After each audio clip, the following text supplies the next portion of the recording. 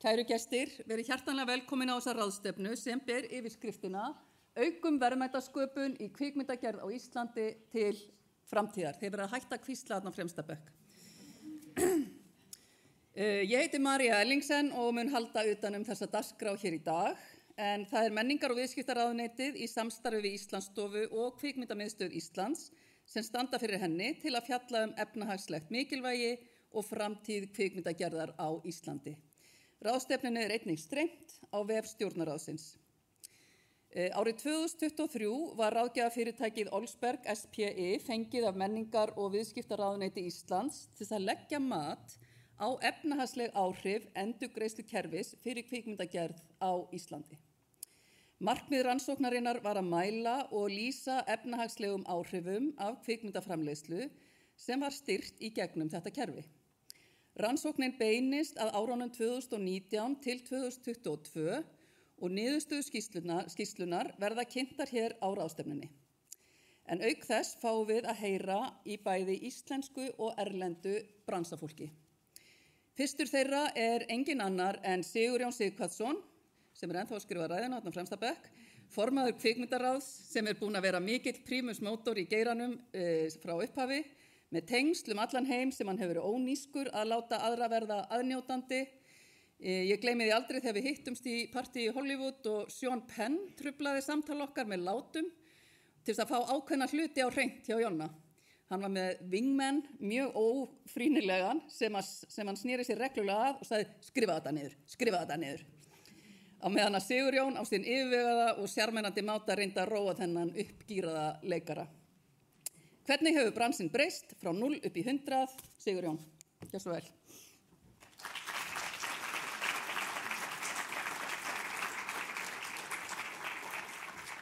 Komið í sæl. Við gerum þetta á íslensku, we're doing it in Icelandic. Og við erum velkomin sem hér eru og þeir sem heima sitja og horfa á okkur en ekki aðrar fréttir sem að skipta þjóðana máli í þetta eins og En ég var að velta því fyrir mér einmitt, íslensk kvikmyndagerð, hún bráðum hálfrar aldar gömul sem starfsgrein.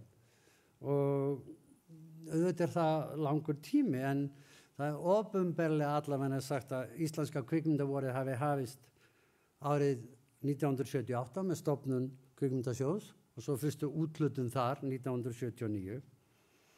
Og árið 1980 komu 3 myndir, Óðalfeðrana eftir Hrafn Guðmundsson, Land og synir, Ágúst Guðmundsson og svo barnamyndin Veiðiferðin eftir Andri Sindrason.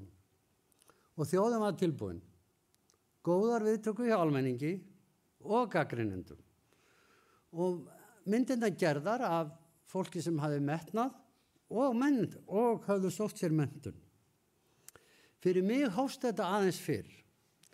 Mér minnir að ég hafi verið að lesa fyrir próf í íslenskum bókmenntum voru 1976 þegar að tengdafaðir minn heitinn, Þóri Jónsson sem var mikill bílaframleiðandi eða bílainflytjandi fyrirgeði, saman hann nýlega lánað ameríska drossju til þess að nota við tökur á íslenskri kvikmynd í fullri lengd leikinni sem að væri verið að gera ungu kvikmyndagerðarmanni sem heitir Reyni Oddsson.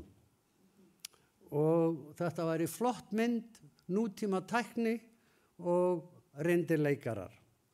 Og svo spurði hann mig, þessi mikli bókamaður sem líklega einn af þeim síðustu sem kunni Einar Ben utanað, þetta ekki framtíðin? Ég var að hugsa við. En kvikmynd Reynis, Morsaga, sem kom árið 77, hún sló í gegn. Og bæði hjá gagnrýnendum og hjá áhrifendum. Og kvikmyndin ennþá sýnd víða heim og var til dæmis í Lettlandi fyrra og heldur hún sé í Bíóparadís 21. apríl og Reynir sjálfur sem 87 ára vonandi verður þar. Merkilegt skref. En ég aftur á móti fylgdi ráðum tengdaföður míns sem flutti inn ameríska bíla, náði mér í styrk og komst til Ameríku, lærði þar og fekk svo starfsþjálfunarleyfi þar í 2 ár sem urðu síðan 44. En það má segja að ég komin aðeins undan mér. En við knappar aðstæður þá þaut íslensk kvikmyndagerð áfram. Ágúst og Hrafn voru afkastamiklir og Íslendingar voru fyrstir í íslenskt efni. Og þótt upphæðirnar og kvikmyndasjóði væri ekki stórar, þá skiptu þær máli. Og þótt kjör atvinnumanna í greininu væri kannski ekki beisinn og við hverja mynd þyrfti að leggja allt undir og meiri segja allar eignir fjölskyldunar og oft íbúðir og hús, þá var lagt af stað. Og stundum meiri segja misti fólk þögin sín á þeim tíma. En greinin var meira hjartansmál heldur en ágóða vonin. En það líka eðli hins listræna starfs, segi ég, hvaða grein sem að ræða. En auðvitað hjálpaði til að Íslendingar hafa alltaf verið bíóþjóð. Og í dag erum við ennþá á toppnum hvað snertir aðsókn á kvikmyndir í heild í bíó á höfðatölu í heiminum. Það bara Bandaríkin, það Ísland og ég held að sé Kórea. Við erum með langmestu aðsóknina af öllum og höfum haldið því. Kannski skiljanlegt hér út af aðstæðunum, en það breytir því ekki að Íslendingar eru og hafa verið bíóþjóð frá upphafi.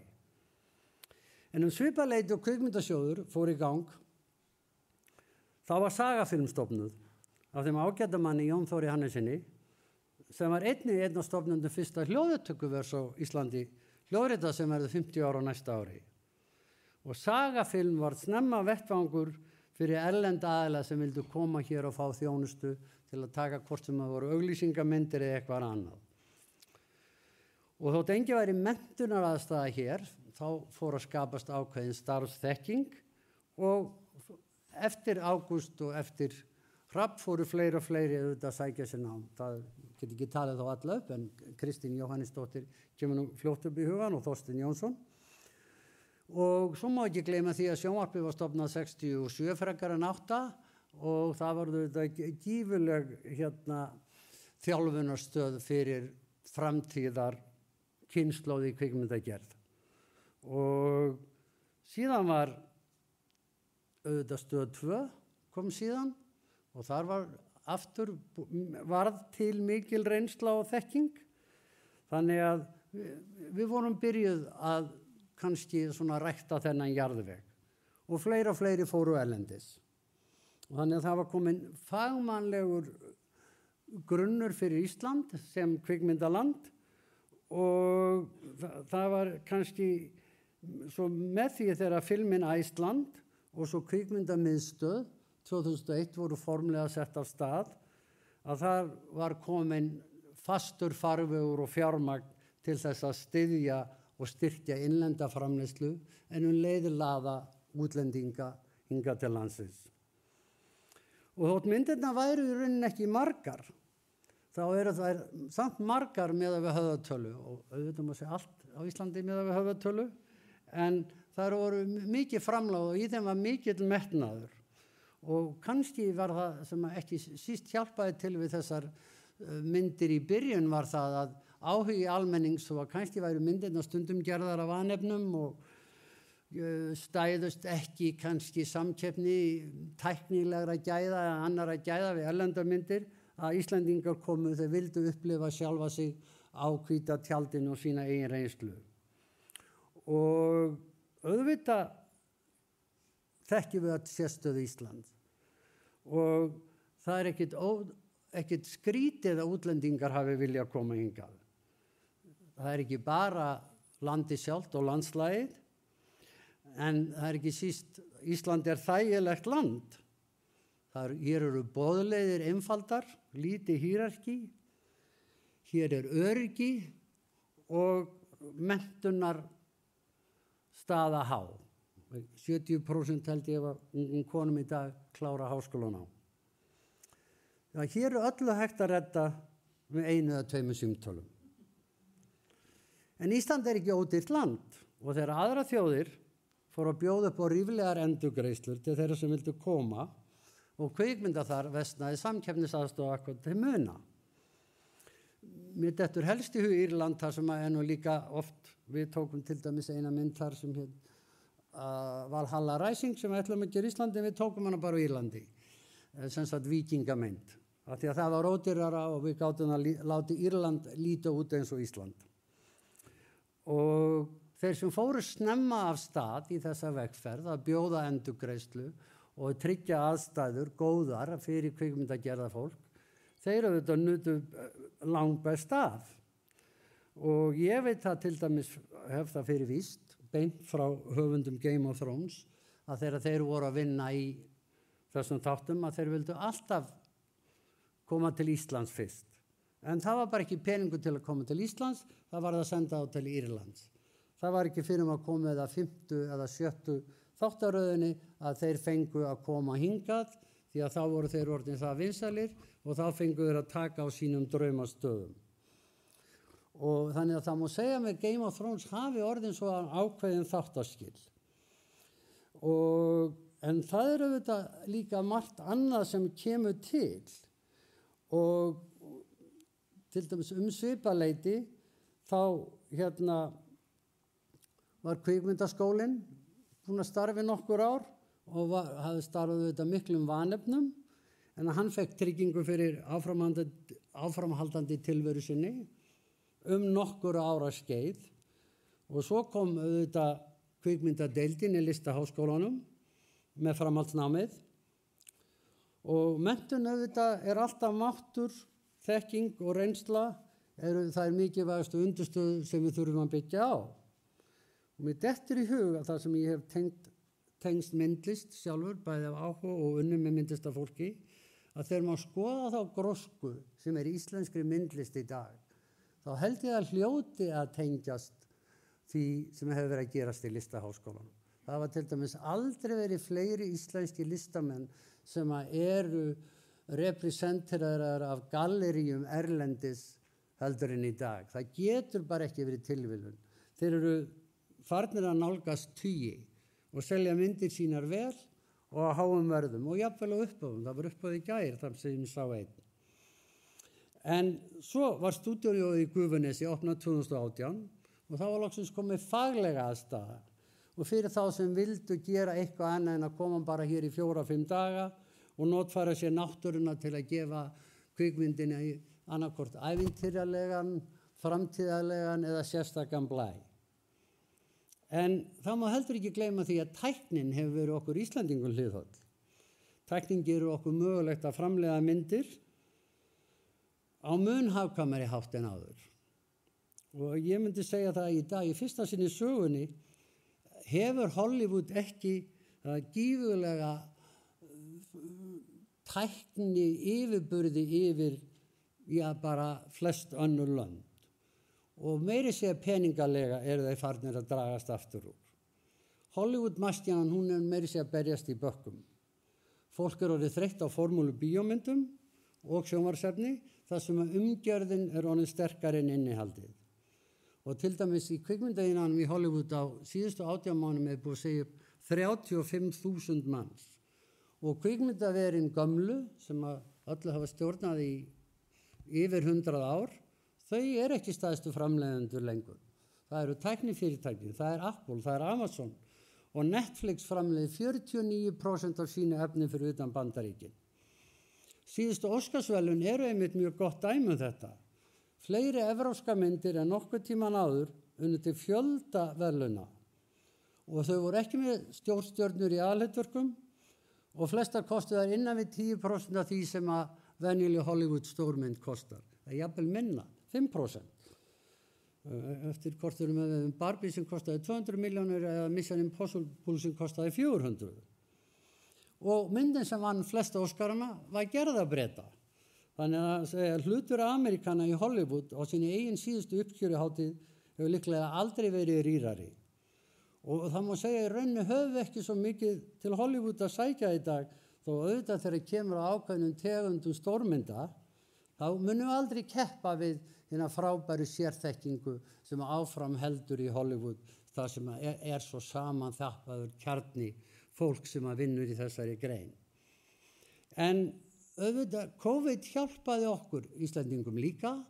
Það voru margir sem sá að það var hægt að vinna hér í þessu stóra landi með fagu fólki og hægt að framleiða meðal annars var hér í Hörpunni, tekið held í masterclass í heilt ár, án svo nokkur vissi af, og hér aðgengilegt að vinna. Og svo náttúrulega komu 35% og það var svona það sem við köllum kannski næsti game changer fyrir okkur. Og við gátum farið að keppa raunverulega. Og þannig að á sama tíma ákveður HBO koma hér með True Detective og 35% gerðu það mögulegt. En ég myndi segja að viðbótin á öðru stúdíói og þeim verkefnum sem þar í dag kannski ennþá meira spennandi framtíð fyrir okkur. Því að þar eru Íslendingar með í skapandi hlutverkum og hafa áhrif á gerð efnisins, ekki bara í þjónustu hlutverki, sem auðvitað hlýtur að vera svo óskastaða sem við höfum alltaf viljað komast í. En árið 2023 var líka merkilegt á öðru leyti, því að þó fórum við fram úr flestum löndum heims, hvað snertir aðsókn á það sem við köllum lokalmyndir á mót við erlendamyndir sem að sýndu voru í bíó. 15%, hvorki meira niður minna. Og það sem sagt 140-50.000 manns held ég sem hafa komið á þær myndir. Þær voru margar, þær voru, auðvitað alltaf einu eða tvær sem taka mest, en þær voru ólíkar, þær voru fjölbreyttar, en þær hefur líka sameiginlegt flestar að þær voru ódýrar. En við sniðum okkur stakk eftir vexti og fagmennskan var þar í fyrirrúmi og það að ein mynd á Íslandi hafi verið rétt við hælana á Barbie í aðsókn, mynd sem gerist í einu matarboði og kostaði innan við 200 milljónir, skuli keppa við mynd sem kostaði 30 milljarða. Sýnir það að ef að efnið er rétt, ef efnistökin eru rétt og verkið vel unnið, að þá kemur fólk. Og þar að ekki í fyrra framleiddum fullt af heimildamyndum sem fóru vísvegar heim. Sjónvarpsmyndirnar bæði leiknar og aðrar hafa líklega aldrei verið fleiri, fengið meira áhorf bæði í sjónvarpi hér og erlendis og svo náðum við því að komast inn á stuttlistan í Óskarnum aftur. Þannig að 23 var gott ár. En framlög til kvikmyndageirans ekki bara til að laða útlendinga til landsins og hann spýta peningum inn í hagkerfið. Auðvitað eru margveldis áhrifin ótvíræð og nauðsynleg. Og til þess að geta keppt við önnur löndum verkefni í þessum geira, þá 35% bara ekkert mjög hátt. Og það nú það sem kannski dálítið skeri. Í Manitoba, þar sem að margir Íslendingar settust að á 19. öld, það hægt að fá alltaf 60% endurgreiðslu á kvikmyndaframleiðslu. Þannig að við eigum ekki að slá af í því. En mér var hugsað til orða Jens Stoltenbergers á NATO-þingjunni í Brussel í fyrradag, þar sem hann sagði, Bandaríkin ekki nafli alheimsins. Og við höfum ekki að hugsa heiminn í því samhengi. Evrópa þarf á Ameríku að halda og Ameríku á Evrópa. Og sama má segja kvikmyndastéttin í Hollywood, hún ekki allt eða ekki neitt. Í þeim heimi eru þeir sannarlega góðir bandamenn, reynslumesta þjóðin og ennþá hafa þeir peninga, en gleymum því ekki að leikstjórinn á Joker, hann fór til Berlínar og sótti Hildi Guðnadóttur sem að keypti Óskarnum með sér í leiðinni. Og ef mér minni rétt, sá sem bjó til tónlistina við trailerinn á Joker bíómyndinni heitir Veigar Margeirsson og ég held hann hafi bara verið upp í Gufunesi þegar hann var að því og var sýnt út allt. Þannig að þetta breyttur heimur, við erum næstum því að hálfri öld getum að segja staði jafnfætis flestum þegar kemur að gæðum og efni. En til þess að blómleg kvikmyndagerð geti þrifist áfram, þá þurfum við að treysta stoðirnar undir íslenskri kvikmyndagerð. Kvikmyndagerð á öllum tegundum og gerðum. Þess vegna var bætt í kvikmyndaskólan, þess vegna var kvikmyndadeildin sett á stofn við Listaháskólann og þess vegna var kvikmyndastefna mótuð. Eftir eitt blómlegasta ár í sögu kvikmyndasögu Íslands, og þá er ég ekki að tala True Detective, við verðum að fylgja því eftir. Við verðum að styrkja allar grunnstoðirnar. Allar grunnstoðirnar í greininni og viðhalda þeirri þróun sem átt hefur sér stað. Í stað þess að draga úr framlegum til kvikmyndagerðar, þarf að auka þau og í stað þess að láta endalausa fjárhæði renna til útlendinga, hvort sem það er með endurgreiðslum eða til tæknirísana af auglýsingum á miðlum sínu hérlendis, þurfum við að vernda okkar menningu, okkar sögu, til þess að halda sérkennum okkar sem land og þjóð. Því án þess verður sótt að íslenskri menningu, okkar eiginlega sjálfi, sem gerur okkur að því sem við erum. Og nú þegar myndmiðlarnir eru orðnir sterkari en ritmálið, eins og tengdafæði minn sagði árið 76, held ég að sé ennþá meiri þörf á þessu en nokkuð tíman áður. Takk fyrir.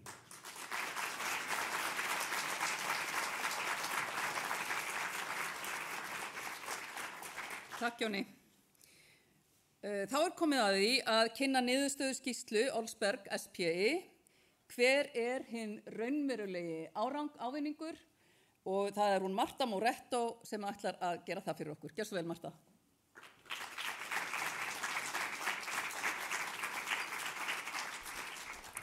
Hello, everyone. I'm really sorry this is going to be in English, unfortunately, but yeah.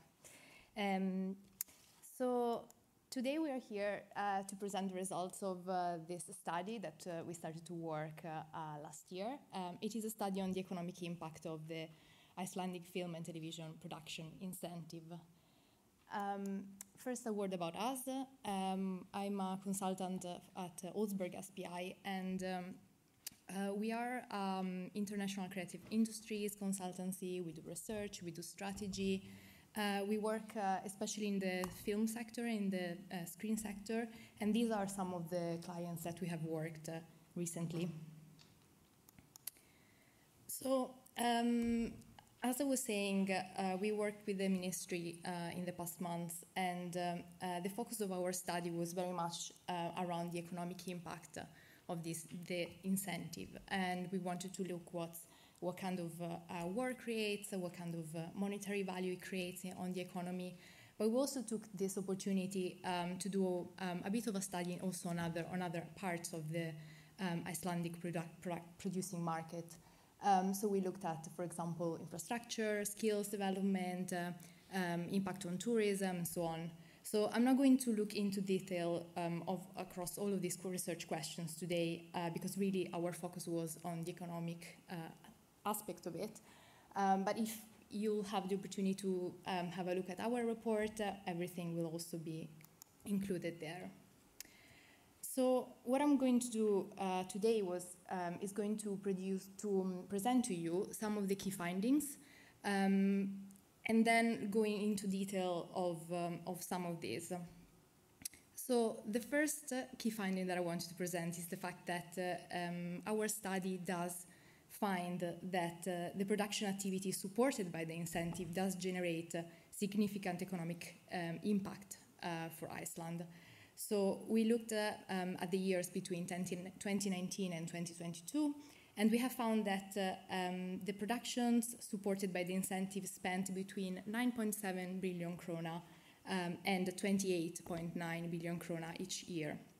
And that there has been GVA created by all of this of 82.7 billion krona, but we'll have a look about this later. Second, we found that the incentive uplift that you know that has been introduced recently to 35% was a good idea, and this is because it is keeping Iceland competitive. So we couldn't really fully evaluate from a quantitative side the impact of this because this was introduced very recently and there has been a bit of a stop in production given the US strikes recently. But we did find that the uplift is making Iceland more competitive. It is creating opportunities to get more productions in. and especially for longer period of times. So it is making Iceland less of a location for just, a place not really just for locations, but really like as a place where productions can spend a longer period of time here. While there may be some consequences for domestic productions, we did find that domestic producers use the incentive, are using a lot the incentive, but also the uplift. So, for example, projects that started to shoot in 2022 that did receive the 35% uplift, 3 of these were international, but 16 were domestic, and this is really positive. A third finding that I wanted to mention is the fact that the incentive is bringing impacts that are wider than the economic ones. So we're not going to present this a lot, to delve into this a lot in the presentation today, but the data we collected shows that the incentive is having a positive impact on the domestic production market overall, because this is creating opportunities for skills development for workers and for crews that are based here. It is having an impact on suppliers and on infrastructure. And this is critical because it is, supporting the domestic production sector is one of the essential elements of Iceland as a success, as a location for international producers. So these were the main findings. I'm now going to show you some data. There's a lot of numbers, but hopefully we can go through it. So this is, it was very clear when we started to look at the data that the production sector in Iceland has grown a lot in the past years. So we use the data from the Icelandic Film Center, and by the way, you'll see them today in a slightly different way in which they use them, but just because we use a different accounting system, it is all explained in the report. But so we saw that in 2019, 59 projects applied for the incentive, and in 2022, 114 used the incentive. The amount of payments has increased by nearly threefold, and of course, the 2022 was characterized by a larger scale production, which I'm sure you know is season 4 of HBO's True Detective, that is by its own accounted for approximately 40% of the incentive amounts paid. But even not considering this production, the incentive payments nearly doubled. And also, it's important to note that True Detective did receive approximately 4 billion kronas, but they spent more than double in the country. And also, we interviewed the producers as part of this study, and they said that none of this investment would have happened without the uplift. So basically, this growth is in incentivized projects per year means an increase in production expenditure. So yes, there has been an upturn in incentive payments, but also an increased spend in Iceland. So you see it's pretty clear. And we also, as part of this study, we interviewed a lot of producers that from international and national producers that work here. And we calculated that 85% of their production expenditure would have not happened without the incentive. Another interesting point that we found looking at the data is that in the year we analyzed, the total value of the amount distributed through the incentive was split equally between domestic and foreign productions. And also the fact that the data shows us that the incentive is supporting a few large-scale international projects and many smaller domestic productions. So, for example, while in 2019 the incentive supported 50 domestic and 8 foreign projects, in 2022 there has been 100 domestic projects and 14 international projects. And most of the domestic projects were television shows. So what does all of this mean? What's the impact of all of this production, all of these activities, all of this expenditure on the economy? So we, gathered the data, we'd interview people, we ran on some surveys, we looked at the data from Statistical Iceland and the OECD data, and we came up with this model that is basically, these are some of the results. So we calculated that the incentive, the production supported by the incentive generated a total of 82.7 billion Icelandic krona in gross value added. Gross value added is basically the difference between the value of goods and services produced and the cost of inputs that you experience during the production process. So it's basically a measure of productivity. And then then you see that we look at direct, indirect, and induced. So basically, with the direct, we mean the effects generated by the companies that are involved in the production. With indirect, we mean effects generated by the suppliers that are part of that production. And with induced, we mean the effect caused by the cast and the crew that are employed by the production, and they spend their wages in the local economies. For example, if there is a crew member that is employed on a production and then is going out for a beer, that is also included into this calculation. And then there is the labor income, so the employment compensation that we have calculated at the bottom of this figure. We have also calculated the jobs supported. So this is for 2022, but we also have the analysis for the previous years. And so we have calculated that in 2022, these productions supported by the incentive have generated 4,200 jobs, direct, indirect, and induced. And this, again, is not really, and it's important to notice that this is not people, it's jobs. So one person might have more than one jobs.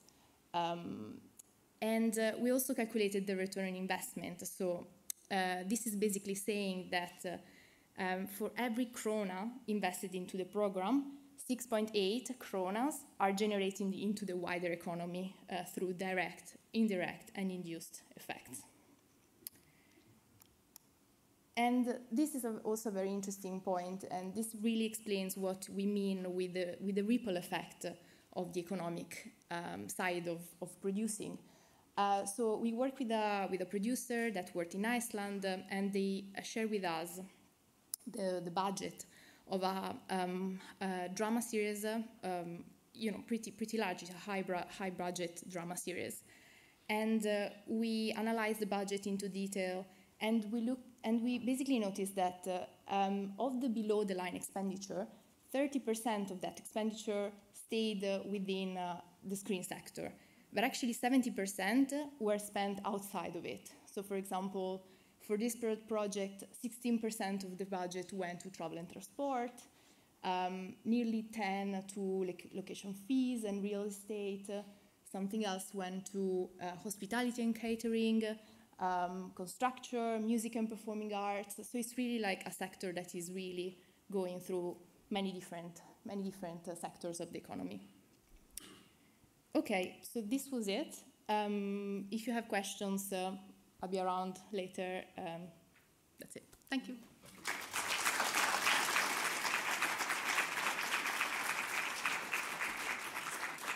Thank you, Marta. Næst mun Lilja Dögg Alfreðsdóttir, menningar- og viðskiptaráðherra, lýsa sinni sýn á skapandi Ísland í sókn.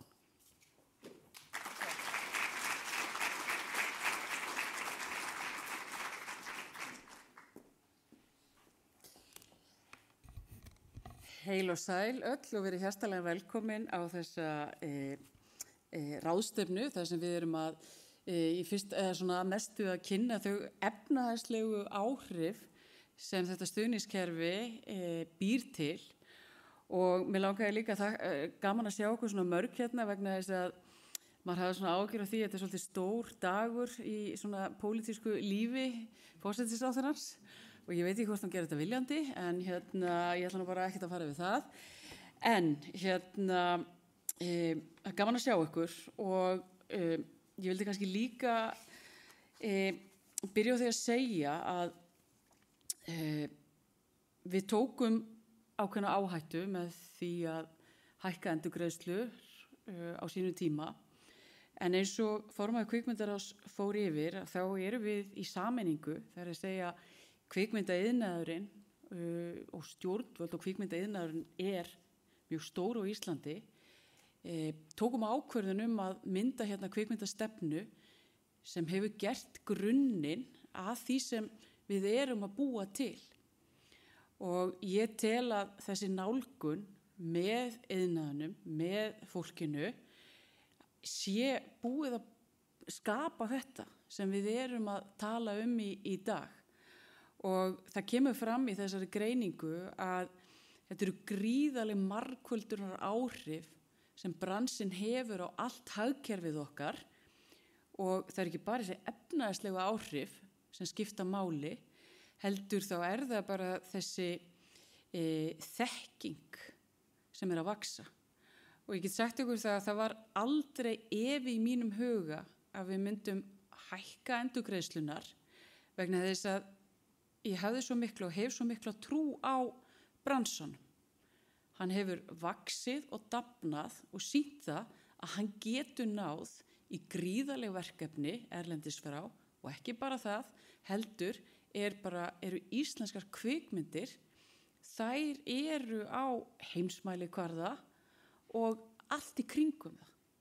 Og því svo rosalega mikilvægt að því að það svo mikið hraði í þessum bransa að við séum alltaf á tánum og fylgjumst gríðarlega vel með. Og ég bara þó við höfum sett kvikmyndastefnu á sínum tíma, þá þýðir það ekki að við ætlum ekki að vera í hringnum að hlaupa áfram til þess að halda þessari samkeppnishæfni sem við gerðum með þessum breytingum. Og þetta snýrað menntun, þetta snýrað þessum samkeppnisskilyrðum, þetta snýrað því að það er búið að reisa hér stúdíó sem geta verið í þessum verkefnum. Og ég vil bara segja fyrir mitt leyti, alltaf þegar ég mæti á settið, að þá ég verð alltaf bara svo gríðarlega stolt af því að búa hér þar sem hægt að gera þetta. Af því að ef við erum ekki með svona dýnamiskar atvinnugreinar eins og skapandi greinar eru, þá minnkum við líkunir á því að fólk komi hingað. Við sáum það hér áðan í greiningunni hjá Olsberg og við erum með hana líka þýdda á íslensku, að þá það þannig að þetta að skila gríðarlegum arði inn í hagkerfið okkar og það áætlað að þessi efnahagslegu umsvif kvikmynda og sjónvarpsverkefna sem hlutu endurgreiðslur, þau séu í kringum 240 milljarða. Og þið sáuð hlutfall endurgreiðslu sem í kringum 8 milljarðar, en þetta í raun og veru þannig, þú fjárfestir fyrir 1 krónu og færð tæpar 7 tilbaka. Eins og var sýnt hér hún að sýna þetta bara hagkerfi, þetta sjálfstæða kvikmynda hagkerfi, að þá bara svo mikil velta sem kemur í kjölfarið, af því að það þarf, fólk kaupir sér veitingar, það þarf að fara í klippingu og allt þetta, og það svo mikilvægt að við höldum þessu til haga, svo að það auðlist að við fáum frekari skilning á því af hverju við erum að gera það sem við erum að gera. Og eins og þið sjáu þarna, þá mér þetta svo skemmtileg mynd á Múlavitarra þarna. Hver getur sagt nei við okkur eftir þetta?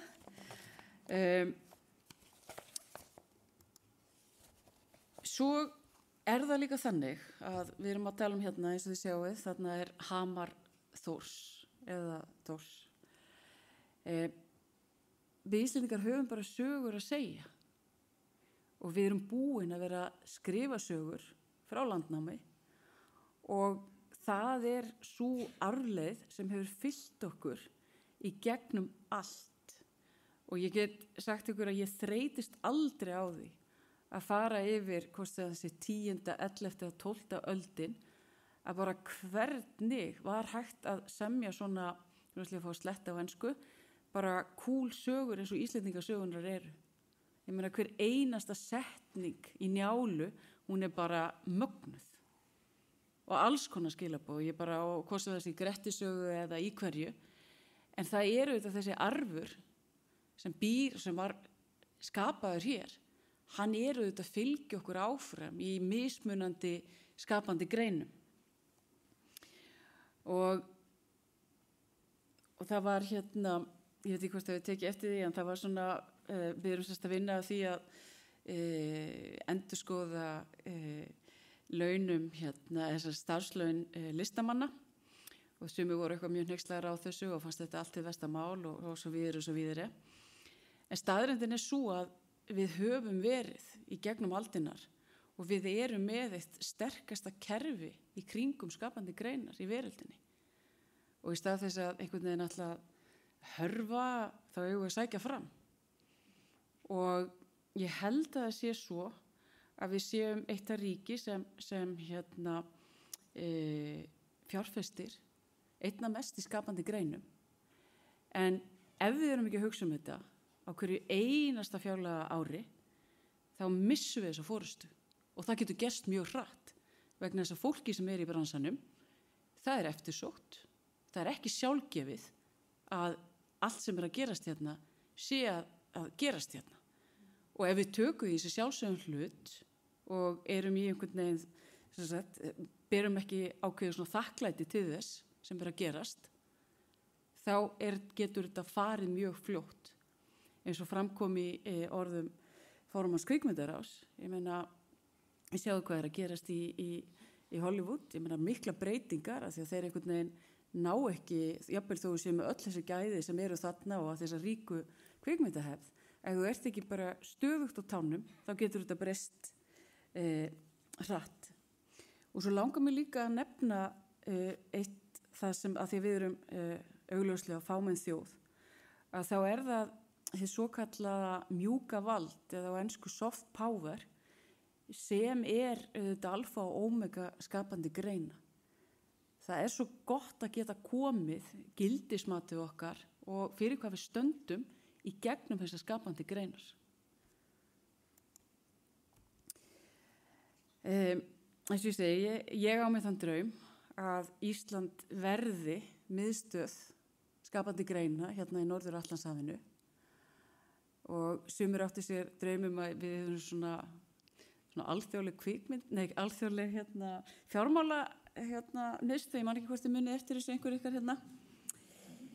En munurinn á því að eiga sér þennan draum og hinn drauminn sá að við byggjum á þessari hefð. Við erum búin að vera að skapa hérna síðan við námum land og við erum bara mjög góð í því. Og ég legg áherslu á það að við eigum bara eins og hérna sönnum hagfræðingi að þjóðir eiga að gera það sem þær eru góðar í að gera. Og við erum bara mjög góð í þessu. Við höfum á máli hagfræðinar svokallega hlutfallslega yfirburði. Það leiðist þetta orð yfirburðir af því að það minnst það svo þóttafullt. En við erum bara góð í þessu. Og hvað sem við lítum til tónlistar, myndlistar, eins og Jonni var að tala um. Og gaman frá því að segja að ég var einmitt að fara inn með skýrslu í ríkisstjórn í morgun stöðu Listasafns Íslands, sem bara ekki gott hvernig við erum búin að hlúa að myndlistinni og við þurfum að gera miklu, miklu betur. Og það svona næsta það sem ég ætla að stinga mér verulega til sunds vegna þess að strúktúrinn í kringu það ekki nógu góður og ekki nógu hvetjandi, þrátt fyrir framúrskarandi myndlistafólk sem við eigum hér á Íslandi. En við eigum að sækja í það og vera þessi miðstöð vegna þess að það sem kemur líka í ljós þegar við að skoða þessi hagrænu áhrif að það þetta bara svo gríðarlega mikið samspil á milli listgreina og þetta bara til þess fallið að vaksa eins og klasar. og við höfum verið að gera ýmislegt og við höfum notað, ég ætla bara að ítreka það, skapandi greinar og öll umgjörðin í kringum hana, við nýtum hverja krónu gríðarlega vel og erum að fá mikið fyrir það fjármagn sem verið að fjárfesta í skapandi greinum. Og þetta hefur verið vegferð og fyrsta stefnan var kvikmyndastefnan sem við gáum út 2020 og við höfum notað þessa aðferðafræði að við erum að vinna með hverjum bransa og sem þetta kemur svo kallað á slamri íslensku svona bottom up approach og það að virka og við gerðum líka stefnu hönnun og arkitektúr, kláruðum svo tónlistastefnuna og ný tónlistarlög og tónlistarmiðstöð þar sem vorum að sameina krafta allra þeirra sem eru í þeim geira og það var hann Jakob Frímann sem leiddi hóp sem teiknaði þessa framtíðarsýn og svo náðum við að virkja alla með okkur til þess að gera þetta og svo erum við búin að gera myndlistastefnu og afrakstur hennar mjög góð stöðutaka á stöðu myndlistar á Íslandi og sá sem leiddi þá vinnu fyrir framkvæmdastjóri Listasafns Danmerkur og bara mjög fín vinna en sýnir okkur að þar erum við ekki, við erum búin að gera meira hvað var það kvikmyndir og tónlist.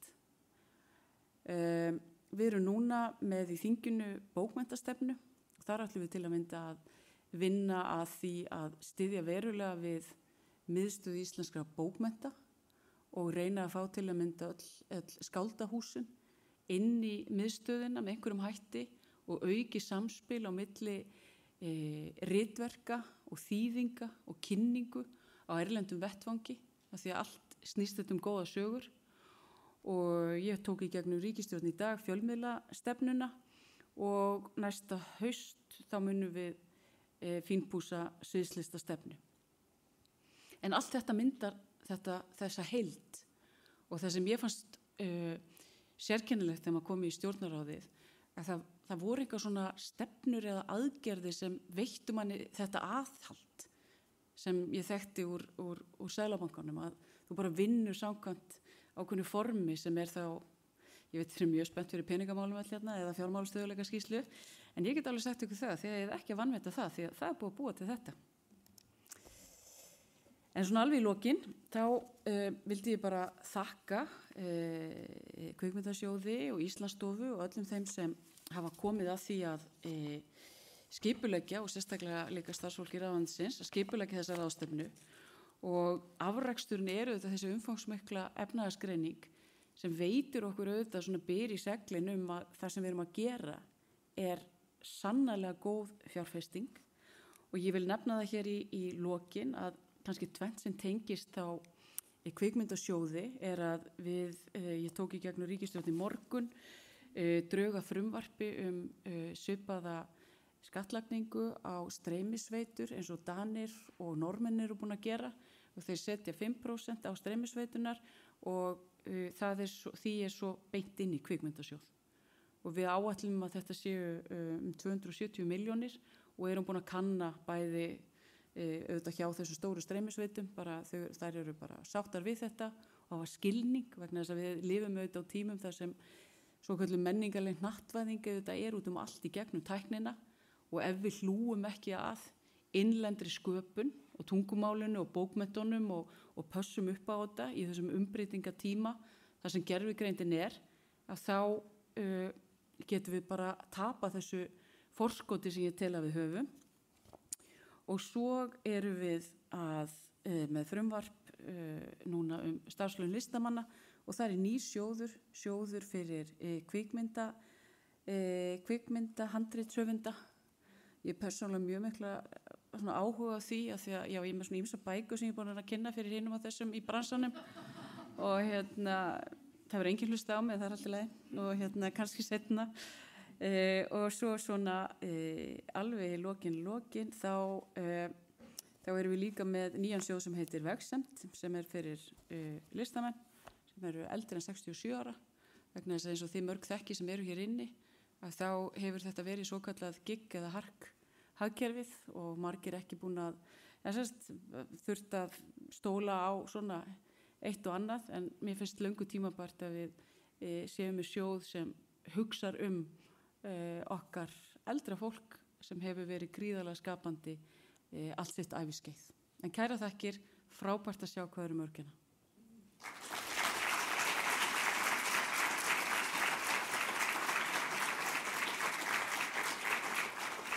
Takk Lilja, ég var nú alveg þetta. En hver er framtíðarsýn og hlutverk Kvikmyndamiðstöðvar Íslands í breyttu landslagi? Það er hann Gísli Snær Erlingsson, forstöðumaður KMÍ, sem segir okkur það.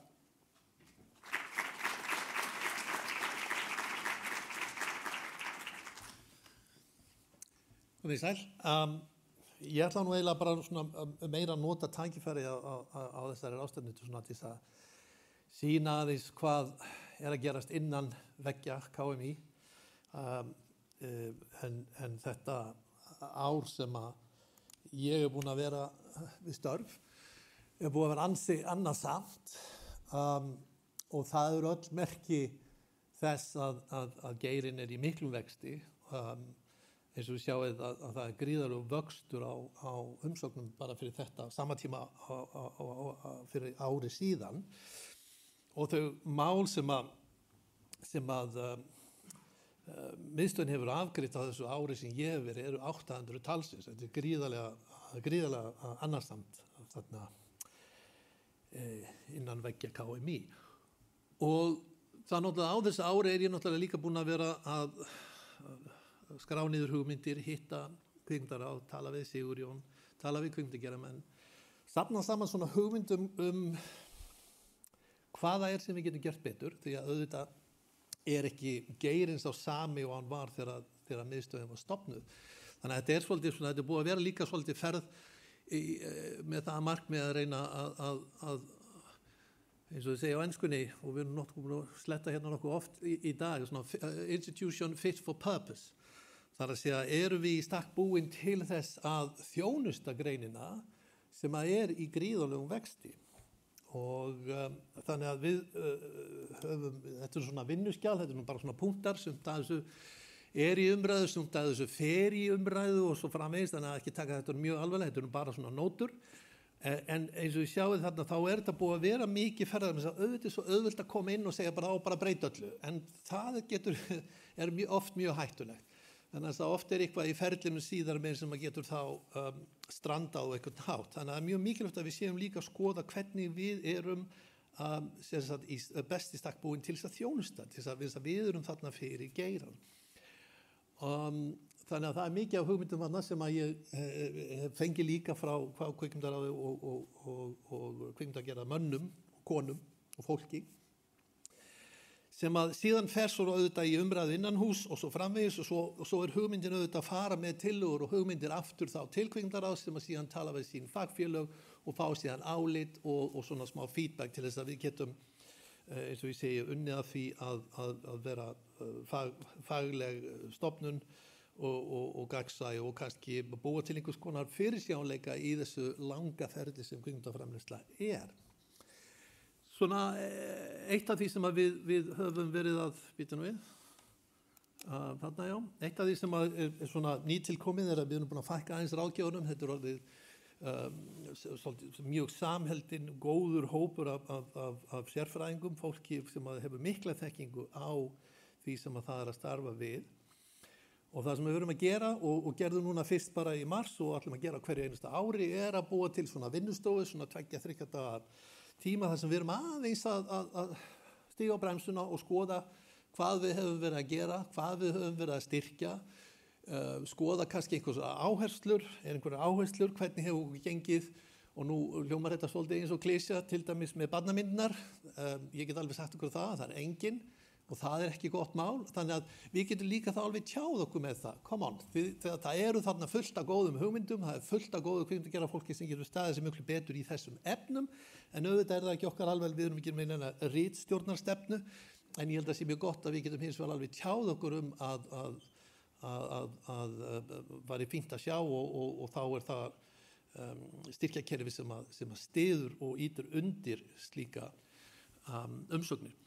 Þegar ráðgjafadagarnir hafa líka verið notað þá til þess að ritsýra nokkrum hugmyndum og skjölum. Hérna sjáu þið til dæmis forsíðu á skjali sem heitir ég kalla handbók.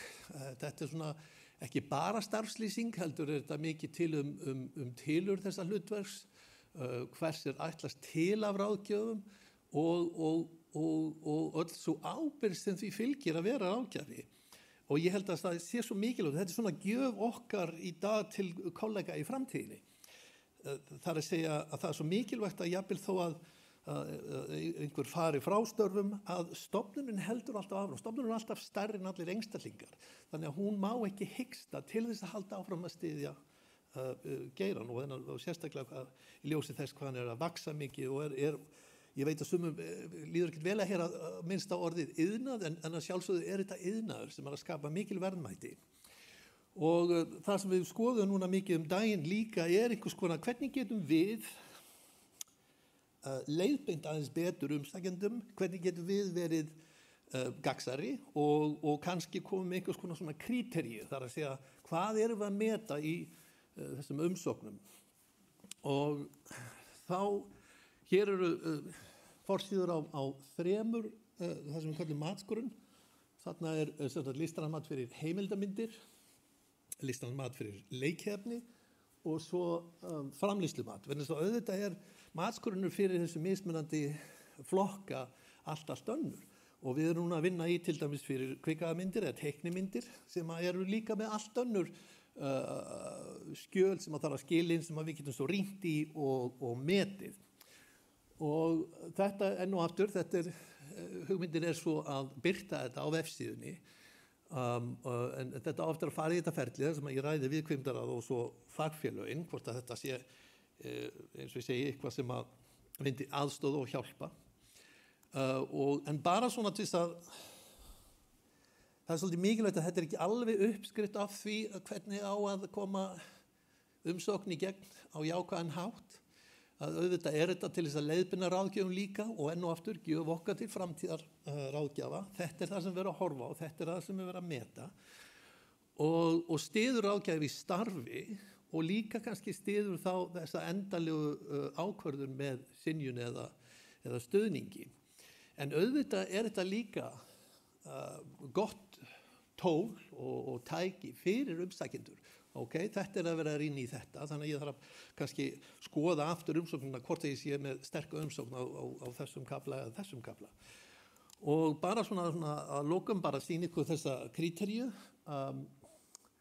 og þetta ætti að tel ég og ég samferður að þetta aðstóði og hjálpi mikið til í þessu ferli og það sé þá góðu skilningur á því hvers vegna, en þess að auðvitað heyrum maður oftar tónin þegar synjanir að ræða heldur en jákvæða útkomu en eins og þið sjáið þá eru gríðarlega margar umsóknir og það þó svo að maður myndi gjarnan vilja allt færa af stað þá það bara þannig að það bara ákveðin peningur sem inn í sjónum og þetta kannski líka merki þess að sem faktist við höfum aldrei staðið frammi fyrir áður og það komið gríðarleg samkeppni. Og þess vegna held ég að við getum aðstúað geiran með því að undirbúa umsóknir á sem bestan hátt til þess að standa vel að vígi í þessari samkeppni. Og eins og við vitum og fram hefur komið að hér eru kvikmyndir sem eru og efni fyrir sjónvarp og heimildarmyndir og teiknaðarmyndir sem algjörlega á heimsvari hvarfa. Og ég vil bara segja eins og að við erum hjá KMÍ ákaflega stolt og að fá að taka þátt í því ævintýri. Þetta verður ekki lengri hjá mér í dag. Takk fyrir.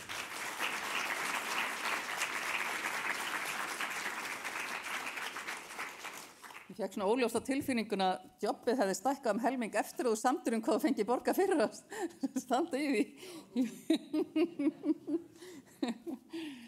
En það komin tími á kaffi og við hittumst aftur hérna, við erum komin aðeins fram með tíman, ef að segja 4:30, en þá munum við fá innsýn inn í hvar Ísland stendur þegar kemur að grænni kvikmyndagerð og hvernig stemningin á Húsavík eftir að Will Ferrell átti þar leið hjá og hvernig 1 og 1 + 1 getur orðið að 3 og svo munum við skála yfir þeim upplýsingum öllum þegar þar kemur.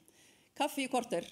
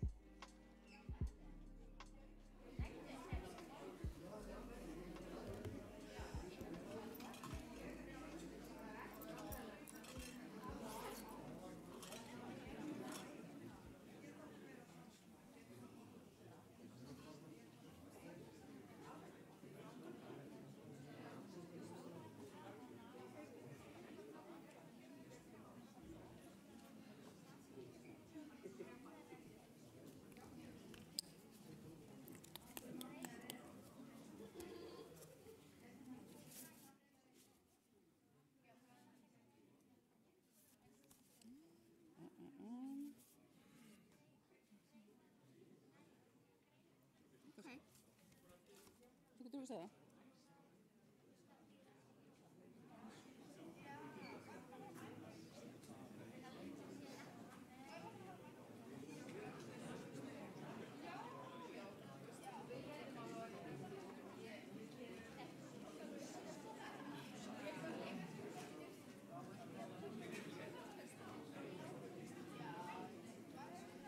Jæja. Eru margir að kjafta þarna ennþá fram eða? Allir komnir?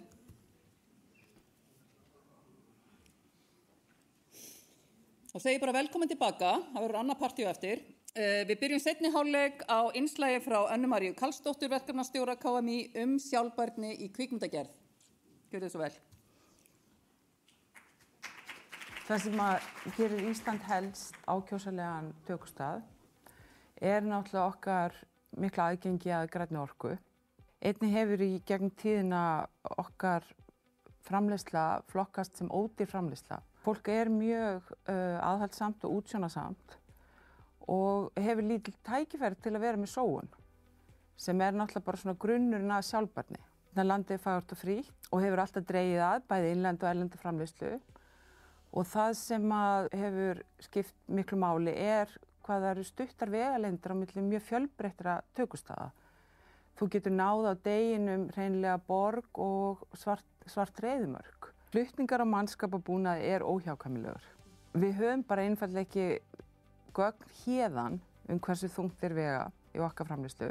Það gæti vegið eitthvað á móti hvað einmitt stutt á milli tökustaða.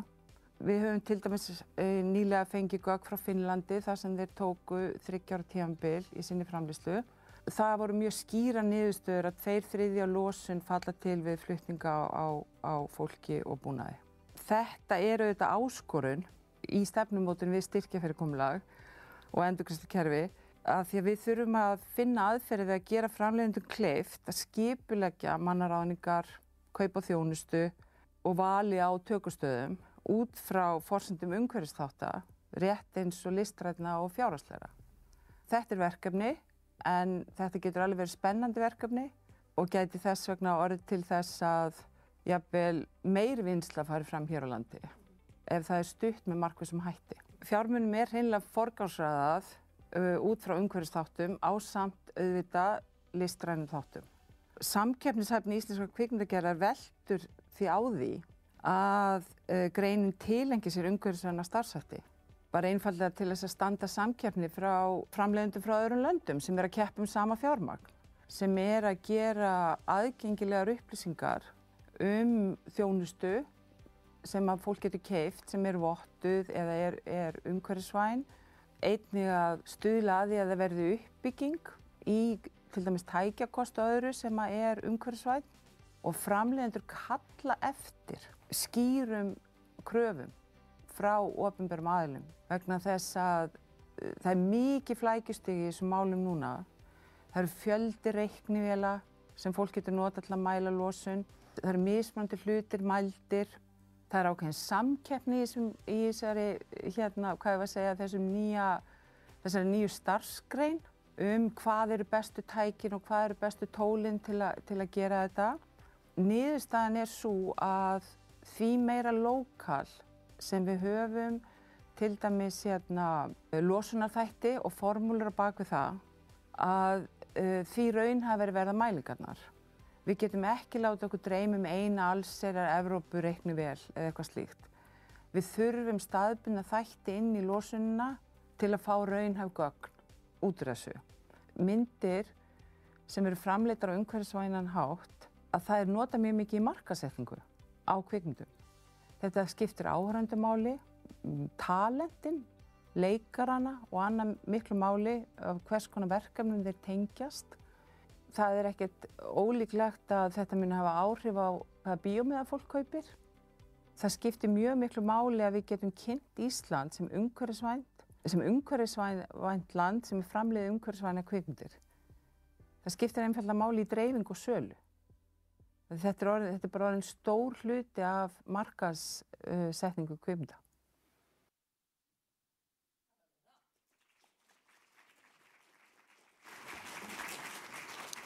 1 + 1 eru jafnt og 3, segir hann Pétur Óskarsson hérna hjá Íslandsstofu. Ég ætla að fá hann hérna upp til að útskýra þessa formúlu.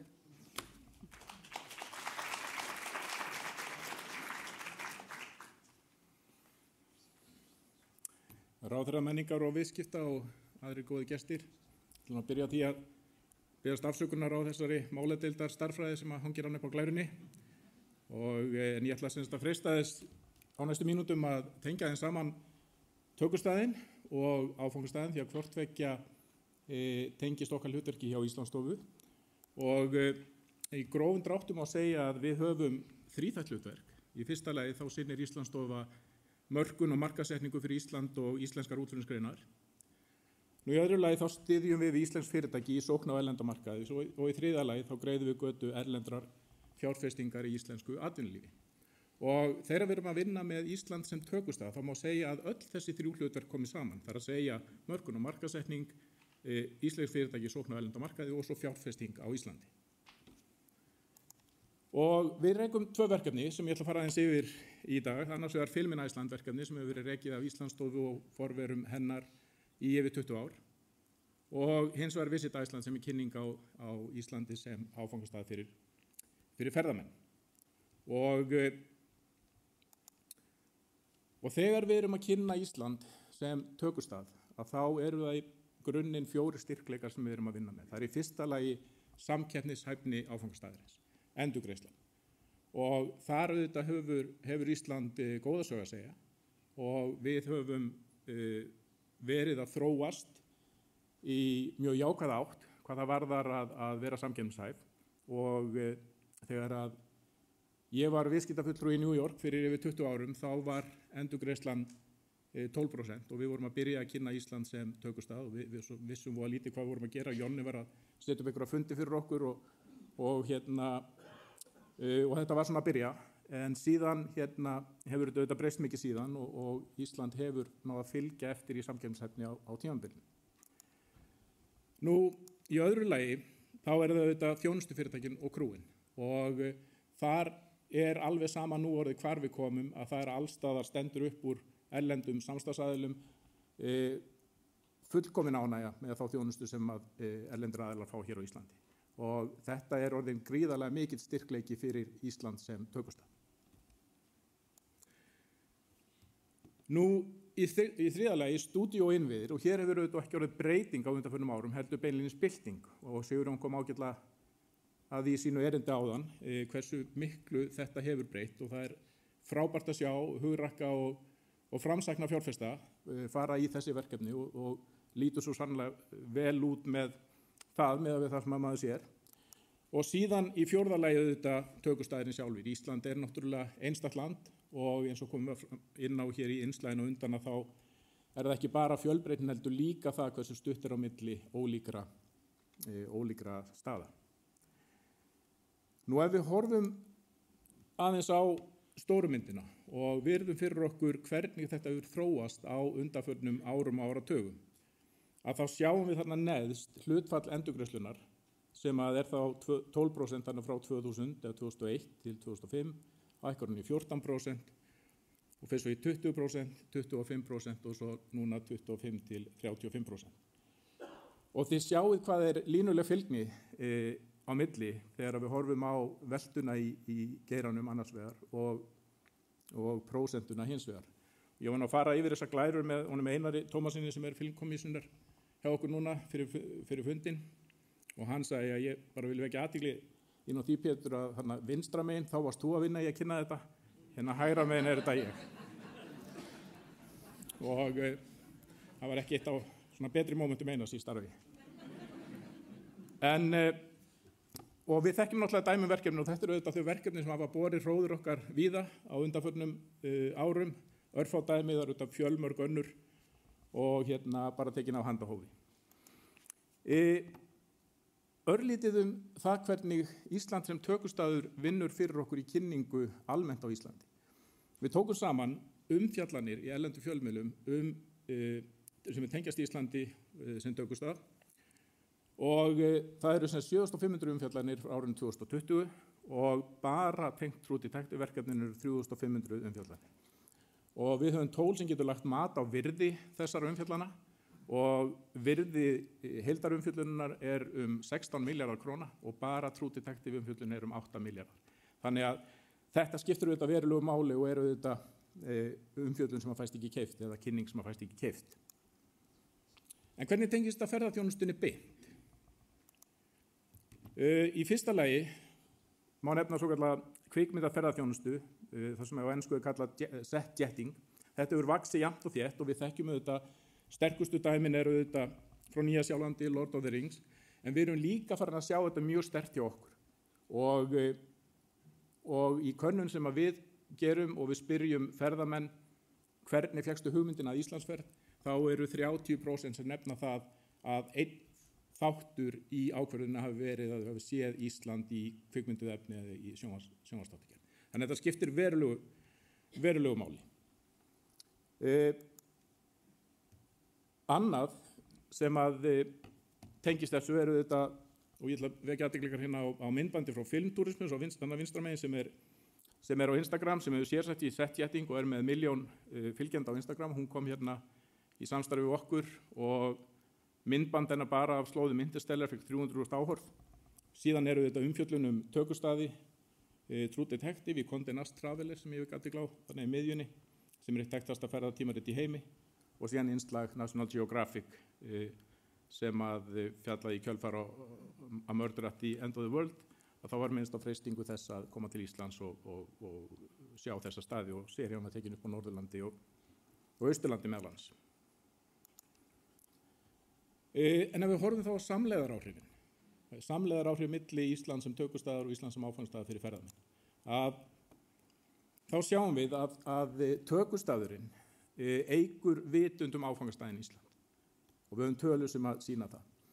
Við höfum líka upplýsingar, og það staðfest í greiningunni sem var kynnt hér áðan, að það byrja 30% af framleiðslukostnaði hefðbundinna verkefna rennur til fyrirtækja í ferðaþjónustu.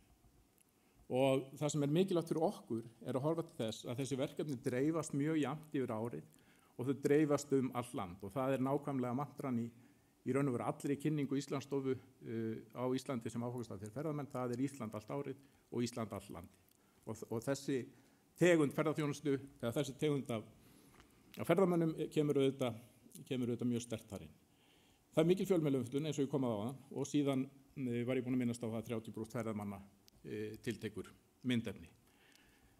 Áfangastafurinn á hinn bóginn eykur auðvitað vitund tökustaðin Ísland, og á undanförnum 10-15 árum þá hefur Ísland auðvitað notið fordæmalausrar velgengni í ferðaþjónustu og henni hefur fylgt gríðarleg umfjöllun Ísland, og kvikmyndagerðar fólk eru auðvitað ferðamenn eins og við hinn, og þau sjá þessa umfjöllun og þau ferðast til Íslands, og það hefur áhrif á það hvort að þau eru Ísland á radarnum, ef svo má segja. Það eru tækifæri í kvikmyndaferðaþjónustu.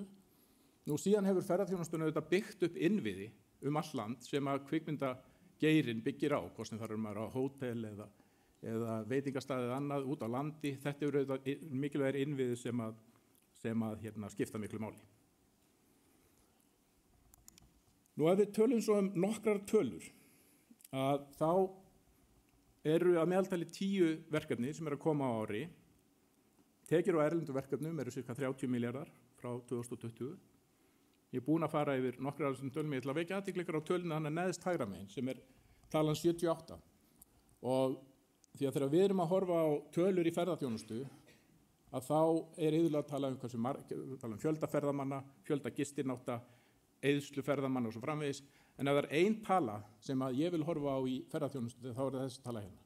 Þetta meðmælaskor ferðamanna, það að segja að við mælum það þegar ferðamenn fara hér á landi hvaða einkunn gefa þær Íslandi. Og þetta kvarði sem á bilinu -100 til +100, og sterkustu vörumerki heims eru með NPS-skor upp á kannski svona 60-70, Apple, Nike. Þannig að meðmælaskor upp á 78 fyrir áfangastað með nokkrum ólíkindum. Og þetta skiptir máli vegna þess að annars vegar segir þetta okkur hvernig erum við að standa okkur, hvernig erum við sem gestgjafar og sem land að standa okkur gagnvart okkar gestum. En hins vegar þá hefur þetta gríðarlega mikið forspárgildi framtíðina vegna þess að þegar 2,2 milljónir ferðamanna fara frá Íslandi og hver og einn sjálfstæður fjölmiðill í sjálfum sér og tilbúin til þess að mæla með áfangastaðnum við vini og ættingja, að þá það auðvitað kynning og umfjöllun sem fæst ekki keypt. Þannig að þetta skiptir rosalega miklu máli þetta meðmælaskrúr og það sú tala sem við viljum horfa á. Aðeins að ferðaþjónustinu og fjárfestingu í neytendamarkaðssetningu vegna þess að í COVID þá var það eina af aðgerðum ríkisstjórnarinnar að taka ákvörðun það að fjárfesta í markaðssetningu á Íslandi í gegnum faraldurinn.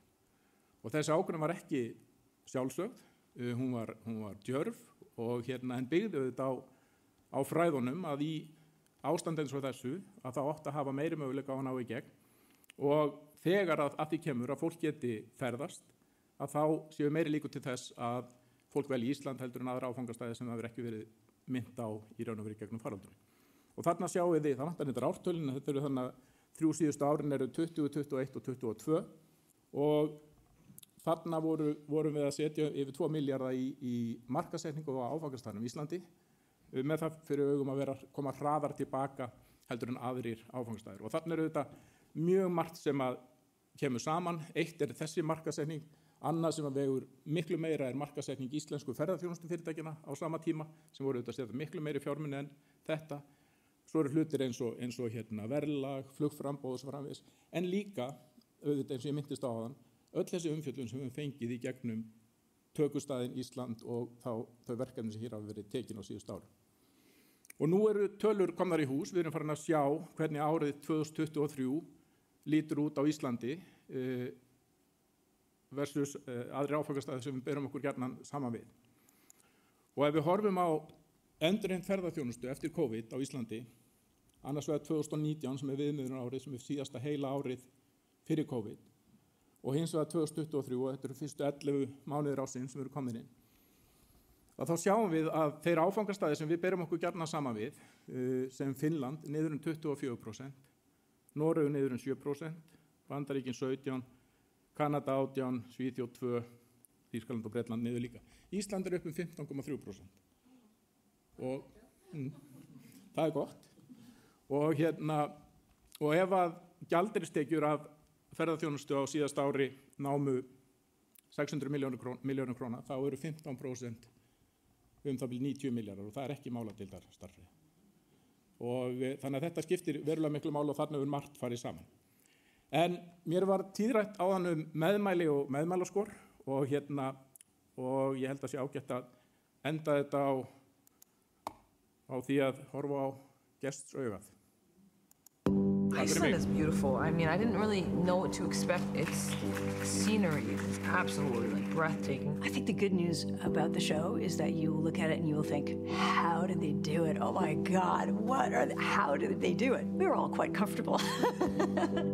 In the middle of the night when we're shooting out and it is freezing cold, but I can go like this and look at Northern Lights. I mean, it is an amazing place to be. And I love the stories behind every name, every place. It's gonna sound cliche, it's magical. I love this place. I'm sad I'm going to leave it. The crews here are amazing. One of the benefits of working here is that the Icelanders are very hardy. They're used to working in this environment and they are problem solvers. There is nothing they can't do. I don't even know where to begin with this cast and crew. Like, everyone is so wonderful. They're like champions. Like, I feel like we've just survived this winter together and they've done it with so much joy and a lot of fun along the way. The Icelandic actors I worked with were also really, really terrific. It was a great experience. The crew were fierce and strong and handled difficult weather and long hours pretty much without complaint, it felt like. Bless this Icelandic crew who just, they've really made do with the elements. And sometimes I just couldn't believe, that we're out there with the techno crane on a giant sheet of ice in the middle of the night, trying to hold on to things so that the wind doesn't take it away. If anyone hasn't yet been to Iceland, they should come. It's a fantastic place. I will definitely be back. It's been such a blessing to be here. I love it here. The crews were incredible. The food is fantastic. It's been just a joy. I'm gonna be very sad to leave Iceland. I've really loved it here. You come someplace and you're here this long and It really feels like home now.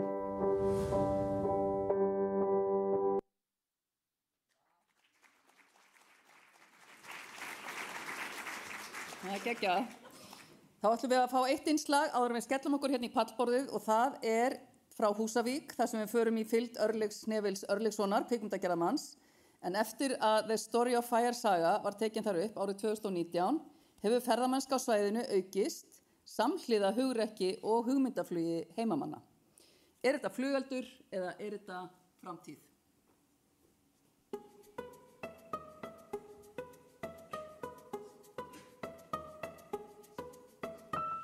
Ég heiti Örlygur Snæfell Örlygsson, ég er forstöðumaður Húsavíkurstofu, ég er safnstjóri í Eurovision safninu á Húsavík og ég starfa sem framleiðandi og er meðeigandi í 2 litlum en vaxandi framleiðslufyrirtækjum. Við hér á Húsavík finnum ennþá gríðarlega sterkt áhrif Eurovision myndarinnar. Þetta er búið að hafa mikil áhrif á ferðamennsku, auðvitað bara mjög margir sem leggja leið sína til Húsavíkur gagngert út af þessari mynd. Og það sem þetta við gert, bæði hefur þetta aukið fjölda þeirra sem koma til Húsavíkur, en það sem hefur líka gerst er að við erum að fá bara skemmtilegra fólk. Þegar myndin kom út, þá fannst okkur mikilvægt að það væri eitthvað hér á staðnum þar sem fólk geti komið og upplifað áframhald sögunar og þannig í rauninni var til þessi hugmynd að búa til Eurovision safn á Húsavík. Þegar að koma svona stór framleiðsluverkefni, þá er mikilvægt að undirbúa vel bara næstu skref og vita hvert þú ætlar að fara til að ná sem mestum árangri út úr verkefninu.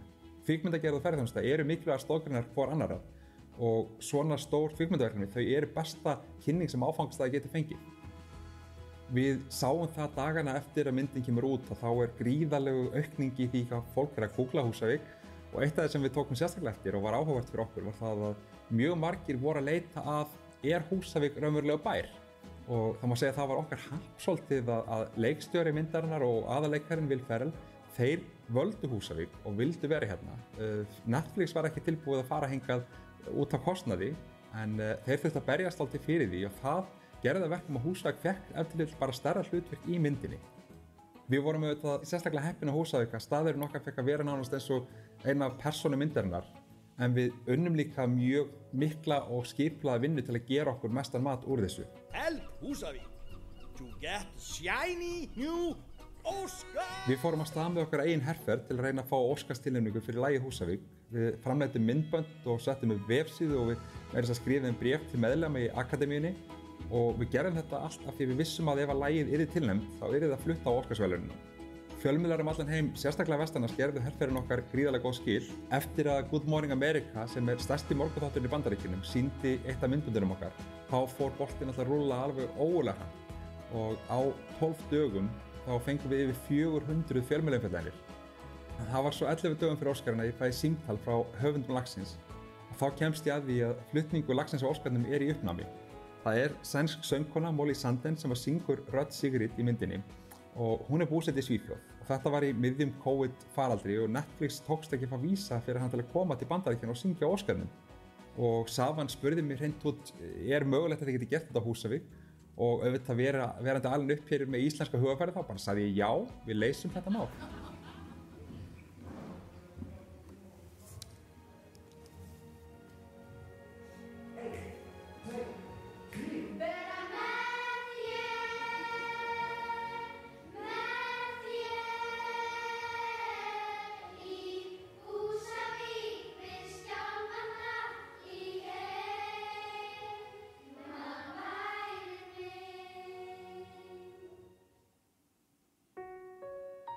It is a gorgeous day here in Húsavík actually became everyone's hometown. I love this. A year ago, Húsavík was a little known nominees for Best Original Song all the way from Húsavík, Iceland. Þetta verkefni sem við fáum sér inn í framhaldinu að framleiða þetta myndband fyrir Óskarinn ásamt True North, þetta var auðvitað þetta stærsta sem við fengið að gera hér á Húsavík. Þetta var rosalega skemmtilegt verkefni, við vorum að vinna þarna í miklum kulda, klæddum stelpunnar í kórnum með loppeysur, það var bæði praktískt og til þess að vekja athygli á íslensku ullinni. Við fengum True North í lið með okkur og við höfðum 4 daga til að framleiða þetta myndband og þó að Húsavík hafi ekki unnið Óskarinn sjálfan, þá sigraði lagið hjörtu fólks út allan heim og það var meira þess að svoleiðis að atriðið var kosið besti flutningurinn af tónlistaratriðinum á Óskarnum. Just to realize that I was meant to stay. Þetta var auðvitað ótrúlegt samfélagsverkefni og við í þessa 4 daga sem við höfum til að undirbúa þessa upptöku, það voru allir í samfélaginu boðnir og búnir til að vinna saman að þessu. Þetta var stórt átak og þetta var gríðarlega stór landkynning og þetta sá máttur sem kvikmyndin hefur.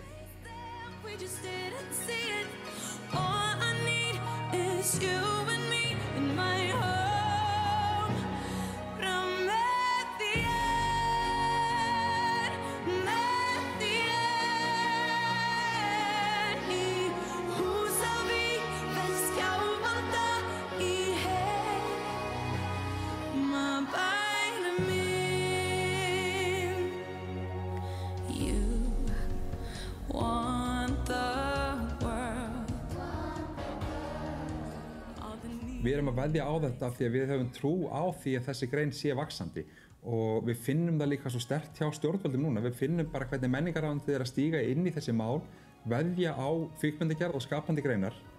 Í dag erum við 3 í þessari uppbyggingu, ég, Jóhanna Ásdís Baldursdóttir kona mín og Ingimar Björn Davíðsson. Ingimar nýkominn frá Bandaríkjunum, búinn að vera þar í 6 ár og kemur tilbaka með gríðarlega reynslu og reyndar Emmy-verðlaun í farteskinu. Okkur hefur gengið bara ótrúlega vel að fá verkefni undanfarið og við hefum verið að vinna mikið að streymingum, svolítið að vinna með erlendu fjölmiðlum sem eru að koma til landsins. Við ætlum okkur að vaxa, við ætlum okkur að byggja upp og við ætlum að gera þetta þannig að kvikmyndagerð og dagskrárgerð geti verið raunverulegur valkostur í störfum fyrir fólk út á landi. Við vitum þá á Húsavík hver máttur kvikmyndarinnar og það svona sérstaklega ánægilegt að sjá bara hvað stjórnvöld að tryggja og auka veg kvikmyndagerðar hér á landi. Við höfum náttúrulega bara séð það seinustu ár hvernig menningarráðherra hefur búin að vera að stíga inn í ákveðin mál, varðandi það að auka möguleika á framleiðsluverkefnum hér á landi, varðandi það að verja íslensku tunguna í kvikmyndum. Þetta allt saman mjög mikilvæg verkefni. Við erum lítil þjóð, við erum gestrisinn, við tökum vel á móti fólki og við leysum málin. Það orðspor, það að hjálpa okkur mikið í því að fá fleiri verkefni til landsins.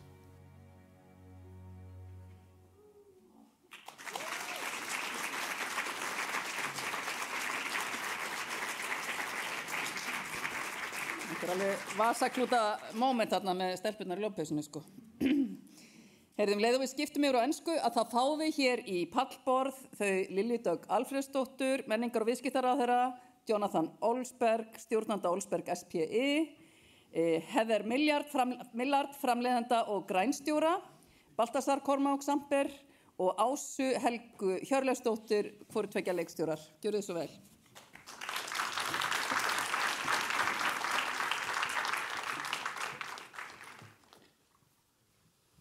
Thank you for being here with us today.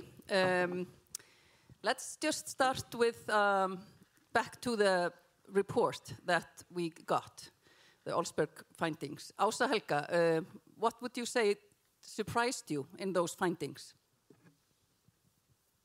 Hello, is it on? Yeah. Yes, thank you.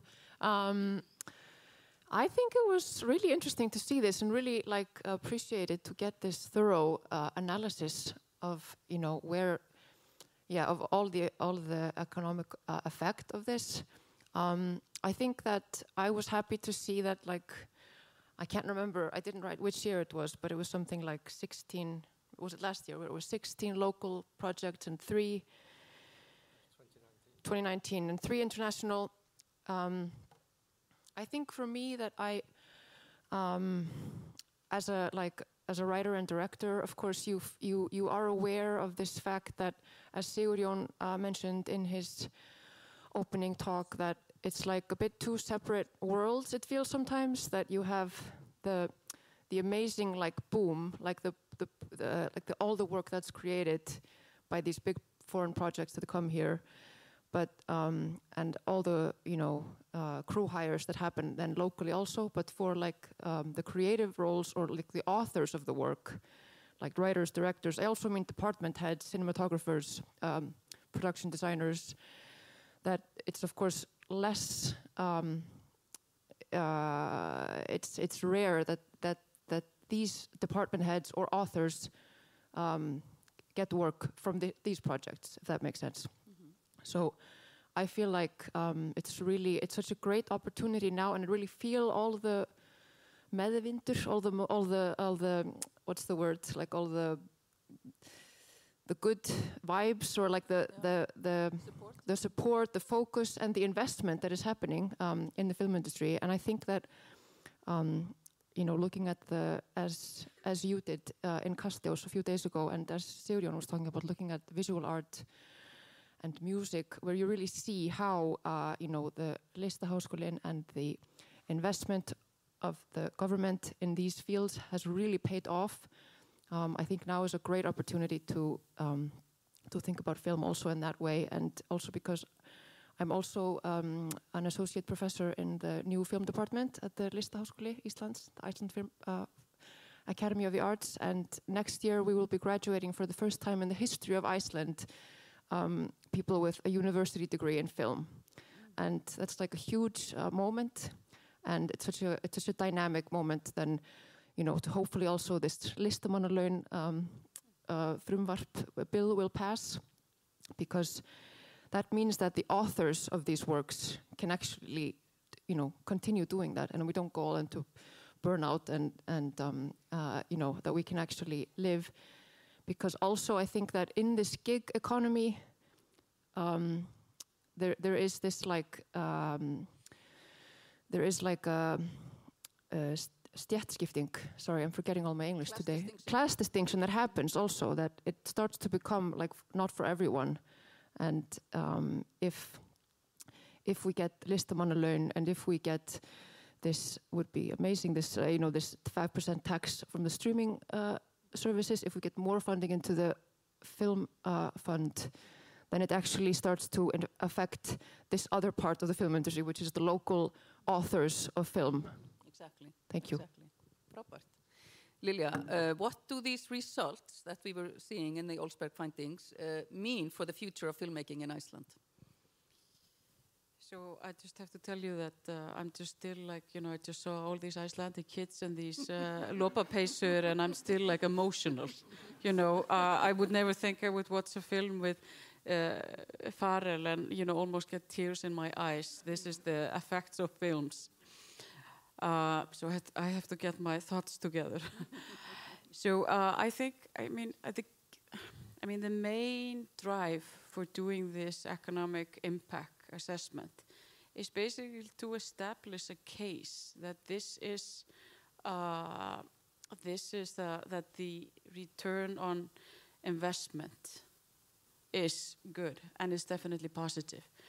And I think it's also an instrument that we have now created with the with Kvikmyndamiðstöð and with this analysis that can be used in the future, because oftentimes, and as you know, that people have thought, is this paying off? But I think with this whole agenda, and thank you, Pétur Íslandsstofa, for also showing the positive effects that it has on tourism and just on this vibrant economy that we have here, and it all is intertwined. So, but I think like always, it's very good to have this analysis. Other analyses have also been done in Iceland, but I think from a distinguished company to do it in this way and just show us that, for 1 krona, you get almost, 7 kronas back. And I really like the chart that has this, 30% and then, the 70% and the ripple effect that it has on our economy. So I just feel very good about the decisions that we have been making. It was a good thing to do. I liked when you punched it. 1 krona, 7 kronas. Yeah. End of story. That's just gonna, shut everyone up. Heather, what is your experience with the reimbursement system, having worked both domestically and internationally, as well as in fundraising from both sides? It's a big question. I think the reimbursement scheme we have here is great, and it's really supporting both the service and the local productions, of course. But we still really need to strengthen or work together to strengthen our support with the Icelandic Film Centre funding for independent productions in particular. If we compare to some other European countries, there's opportunity to sort of access national-based funding and the tax incentives on top of the national-based funding, which is one difference that we don't have here, which would take a big step to support the local industry too. But of course, with the Icelandic Film Center, we can, in the regulations, we can fund up to 85% of our productions. But the average, I think, is around 40 to 45% of our productions are financed from Icelandic funding, which sort of shows how much funding we're generating from the European or international industry as well, which I think is really positive for the industry here. If I could just follow up quickly, I mean, this is one of the things that the ministry is looking at. SEEK has really showed us basically the basic numbers and how this would make sense. And I just also want to say that I think it's extremely important that we continue to support the film fund, the Icelandic one, where you have these, of course, all the Icelandic project. It has to go hand in hand. It's extremely important for the language, for the culture, etc., etc. So I'm putting my efforts now into the fund and trying to be creative with how we can, you know, increase support. And what you mentioned, Heather, is one of these items that we are looking at. Good. Yeah, just to reiterate, I think it's really positive, all of the opportunities presented today, and also the work of the independent productions and the Icelandic Film Center on Icelandic films showcasing Icelandic culture and language across the board is super important, and we can see the benefits of that manifold. Thank you. Baltasar, how strong is Iceland's profile as a film location, and is there need to improve it or work on different strategies? Is there something lacking? I mean, the videos speak for itself. The experience of the people who have been here, whether it's highly rated crew members or movie stars, speaks for itself. I think, of course, there are things to improve, and I think the crews in general are great. I just want to touch on what Ása mentioned earlier, because which is basically about the lack of employment of these high positions. This is changing, and very fast, actually.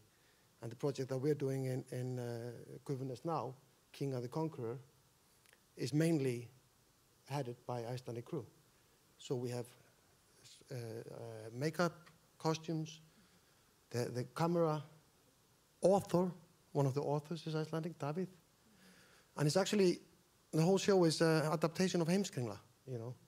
Not many people know that. So it's been my aim, and I know there are others working towards the same, but it's been my aim not to necessarily stop at and be satisfied at the fact of being a service country, but producing bigger and better shows.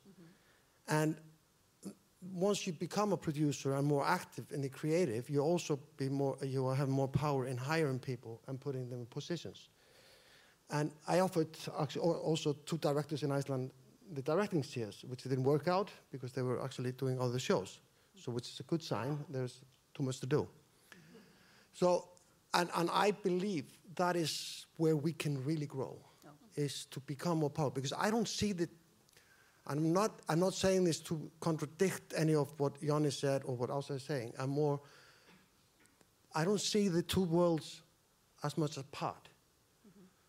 I see the world changing. I see the world becoming different. Hollywood is not a stable thing. You know, for example, you take a movie like Everest. You know, it's made in Nepal.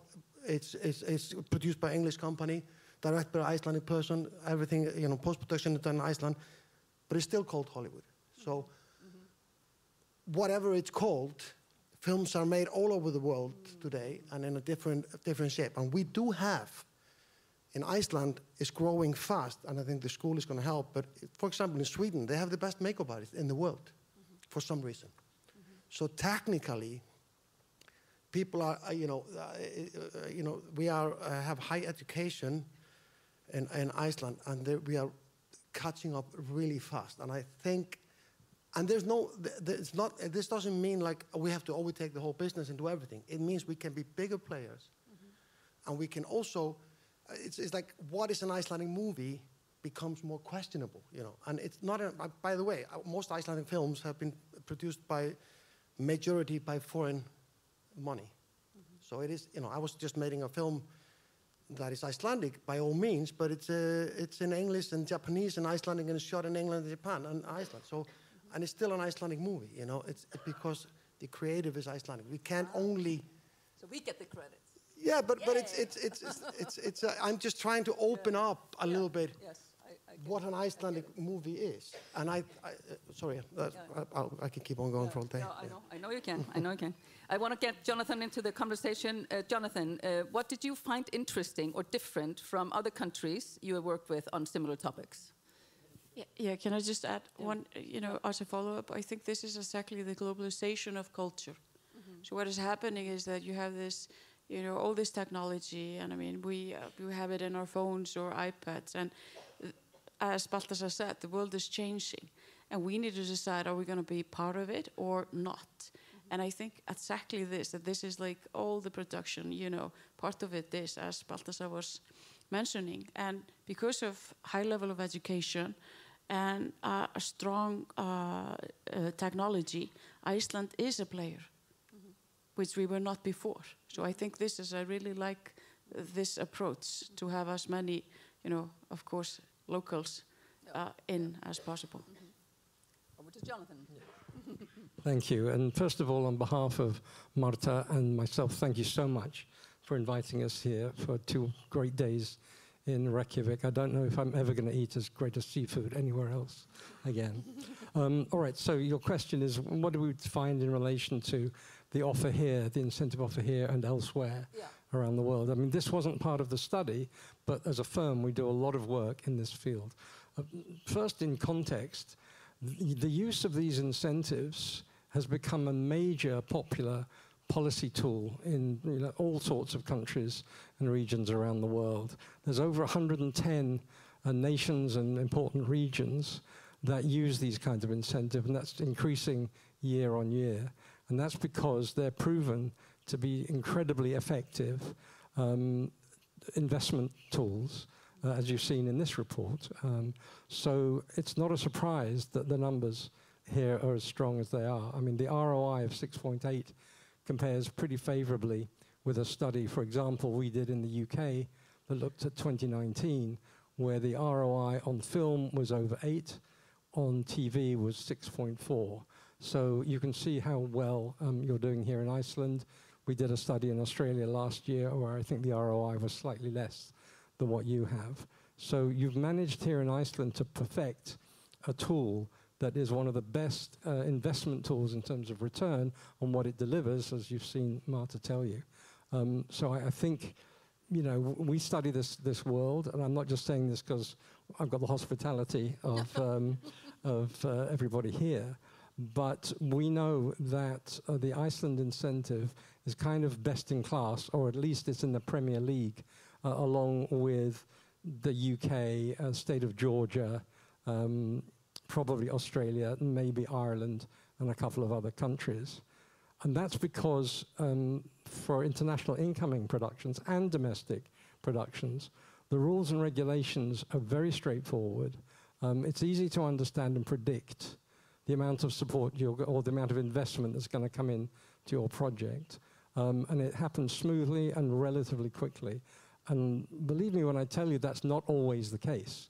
We've got other countries that might offer a greater level of incentive, but actually when it comes to getting hold of the money or dealing with the process, it can be very cumbersome and complicated, and you've managed here in Iceland to avoid all that. So I think you should be encouraged that you're on the right track. Although you didn't ask me, I'm going to mention something about the balance between domestic and international film sectors. We deal with this a lot all around the world. In my view, it's important that these two sectors have, and they should, have a symbiotic relationship. It's not that there should be a focus on one or the other. Whatever policies are introduced should raise all the boats at the same time. And I think this is entirely possible. The international business you've had here could not have come here if you hadn't had decades of very, very effective filmmaking in terms of local productions. And those local productions employ people that also work on these major international shows, like you've said about the heads of a department, that can learn their craft, can get experience from the international people that come here. And it's true that when a major international production looks at any country in terms of, well, where should we go? One of the elements is, well, how many people do we have to bring in, which is expensive, travel, per diems, all the rest of it. Or actually, how many people can we hire for that same role at that same level of quality locally? And I think you're on that map as far as I understand. Oh, it's good to hear. Let's open up to the audience. Any questions that you want to ask? We have microphones waiting for you on the side. Actually, we can hear you. You don't need the microphones. Any questions you want to ask these good people? Sigurjón var einmitt, ég hélt þú ætlar að vera hér, sko. Viltu koma hérna aðeins bara? I just wanted to add one comment because when reputation is very important, and when Game of Thrones came, if they had not had a good experience, we wouldn't have gotten True Detective, no matter how big our incentive would have been, because it was the same finance company, HBO, and I know that when they came here to meet with Lilia and Balti and everybody and talk about getting the production here, it was partially because of the positive experience that they had had with Game of Thrones. So reputation, we haven't really talked about reputation in itself, but if that had been a bad feedback coming back from Game of Thrones, we wouldn't have had True Detective. And so let's just not forget the reputational advantage we have. It's the same in the tourism industry, the 78 number, Peter. Takk. Takk á mikrofonin. Strax. So, what are the main challenges of filmmaking in Icelandic? Anyone want to grab that one? Ása.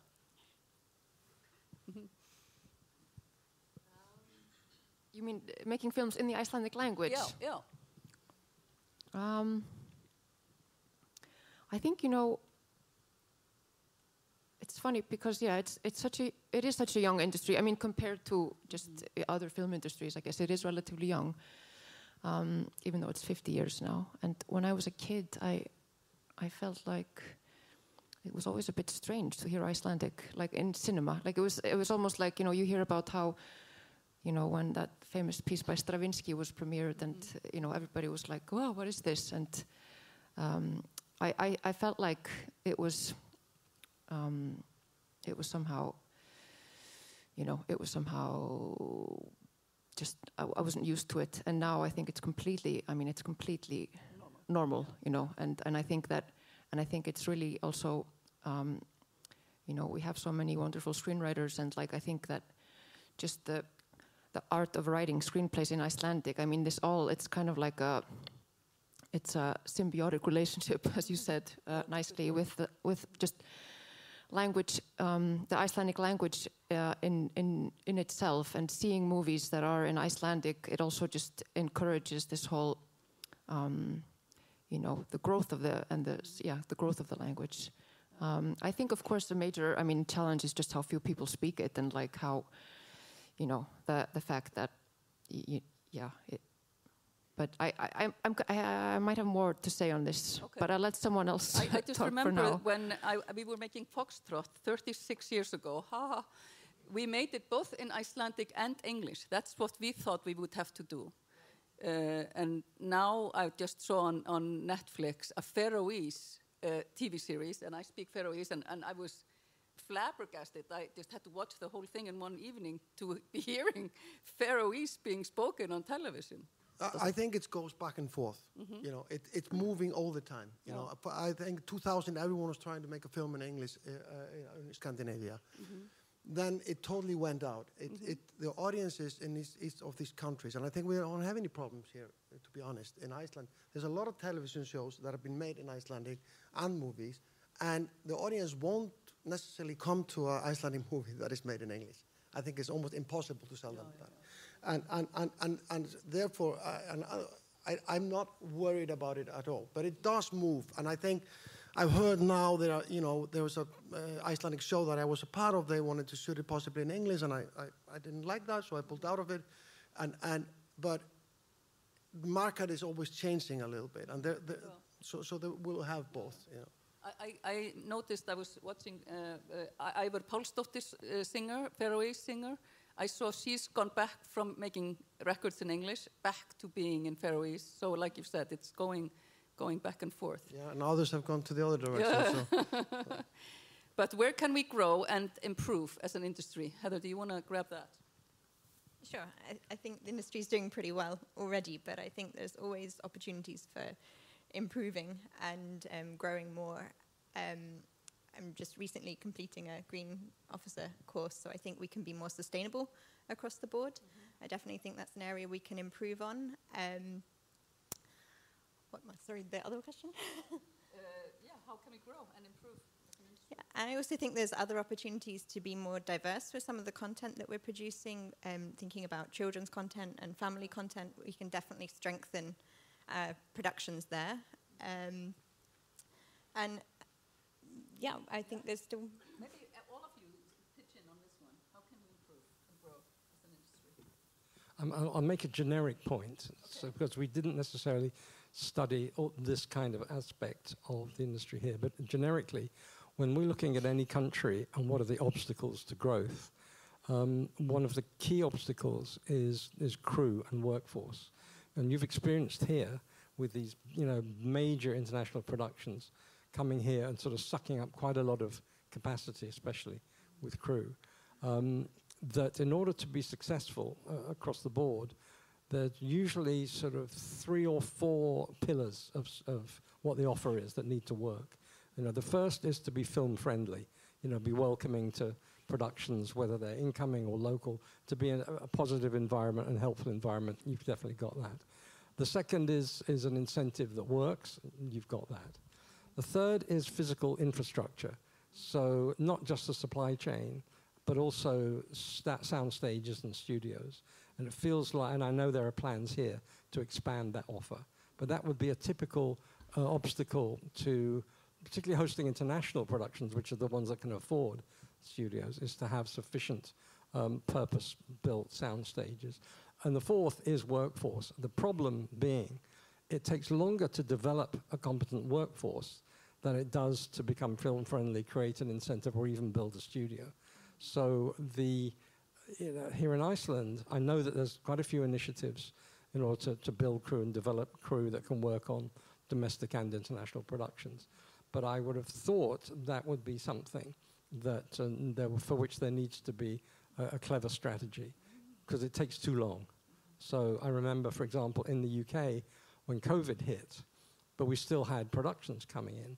We came at the Pinewood and the Creative Skills Set and the BFI came up with a scheme because they noticed there were a lot of skilled workers at airports who were out of a job. And so they created a short-term retraining course. A lot of these people, for example, were very good at process and project management. And so there was a successful way of taking these people with great skills, retraining them, and filling gaps in our industry. I know that film schools do a great job, but it takes a long time to create a talented and experienced person. So the sort of retraining, repurposing can be quite a good strategy. So crew training. Yeah, you have one. Yeah, I think we should talk to Isavia and see if they have some spares, No, but I think we have a great country. We have a great incentive. And I want to take the opportunity to thank Lilia, because it's rare to have a minister who is passionate for our industry. And I mean it by all my heart. It is rare. And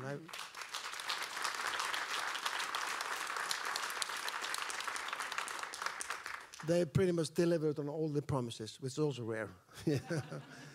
So yeah, that's hugely important. I think we've created a platform. What do you call it? The infrastructure is growing rapidly. I think what we need is stability. that, because when you invest, and I'm, obviously you all know, a big investor in this business, it's hard to get people to invest something that is not, stable. And I think if we know that this is gonna, if we can trust that this is the way it's gonna go forward, I think this is gonna build it rapidly. I'm not so worried about the workforce. I think I haven't had a problem to fill productions, and it doesn't mean that somebody hasn't had that, but I believe that because it's not rock science, a big part of the crews is fairly easy to train. It's the higher position that takes a longer time, and I think we're building into them slowly but surely, and it's actually happening pretty fast right now because people are ready to take on those responsibilities. So I think we have a really bright future ahead of us. I think if the krona could be a little bit more stable, and we could, trust that this is going to be the way forward, as we know our Prime Minister just left as of today. So yeah, that's my main kind of issue, stability. Yeah. Julia, you have something to say? Yes, and also thank you very much for the nice comments. But I mean, the way I view it is that I was pretty certain that we had the talent, and I knew that we would grow. But I like gradual growth, because I think like if it would grow too fast, it might not be sustainable. And I was pretty also certain about that there are some constraints as regards to the workforce. But then you get concerned because if there's too much demand and lack of supply, that the price will go up, and we've seen that. So I think what is so important right now is that we are now looking at the Icelandic Film Fund, that it grows also, which I think that could be, and we're trying to find some ways to do this. So I'm certain that the film industry in Iceland is very has a very bright future because of the talent of the people in the business. And we've had a lot of conversation also about, the infrastructure, and I'm also learning a lot. And I mean, I think the key thing is that it's a staple incentive structure, and that we know. And as you might see that, we are sometimes fighting a lot about the kronas in the budget, but there was no serious threats or concerns that we would change the 35, because it has to be stable. Because we also know that one of the challenges having an independent monetary policy with the krona, that can be a challenge, but then you need to work on the other items that you really can control, that they are stable. But I'm thinking about how long are we going to stay here? I think that we don't want to precisely, Yeah, I was just getting really thirsty. No, I'm just kidding. Are we still live? We started late and we are ending a little late, but thank you for your input. Takk kæru fyrirlesarar fyrir ykkar framlag og gestir fyrir komuna, og nú verður boðið upp á létta veitingar og partíið heldur áfram hérna frammi. Takk fyrir.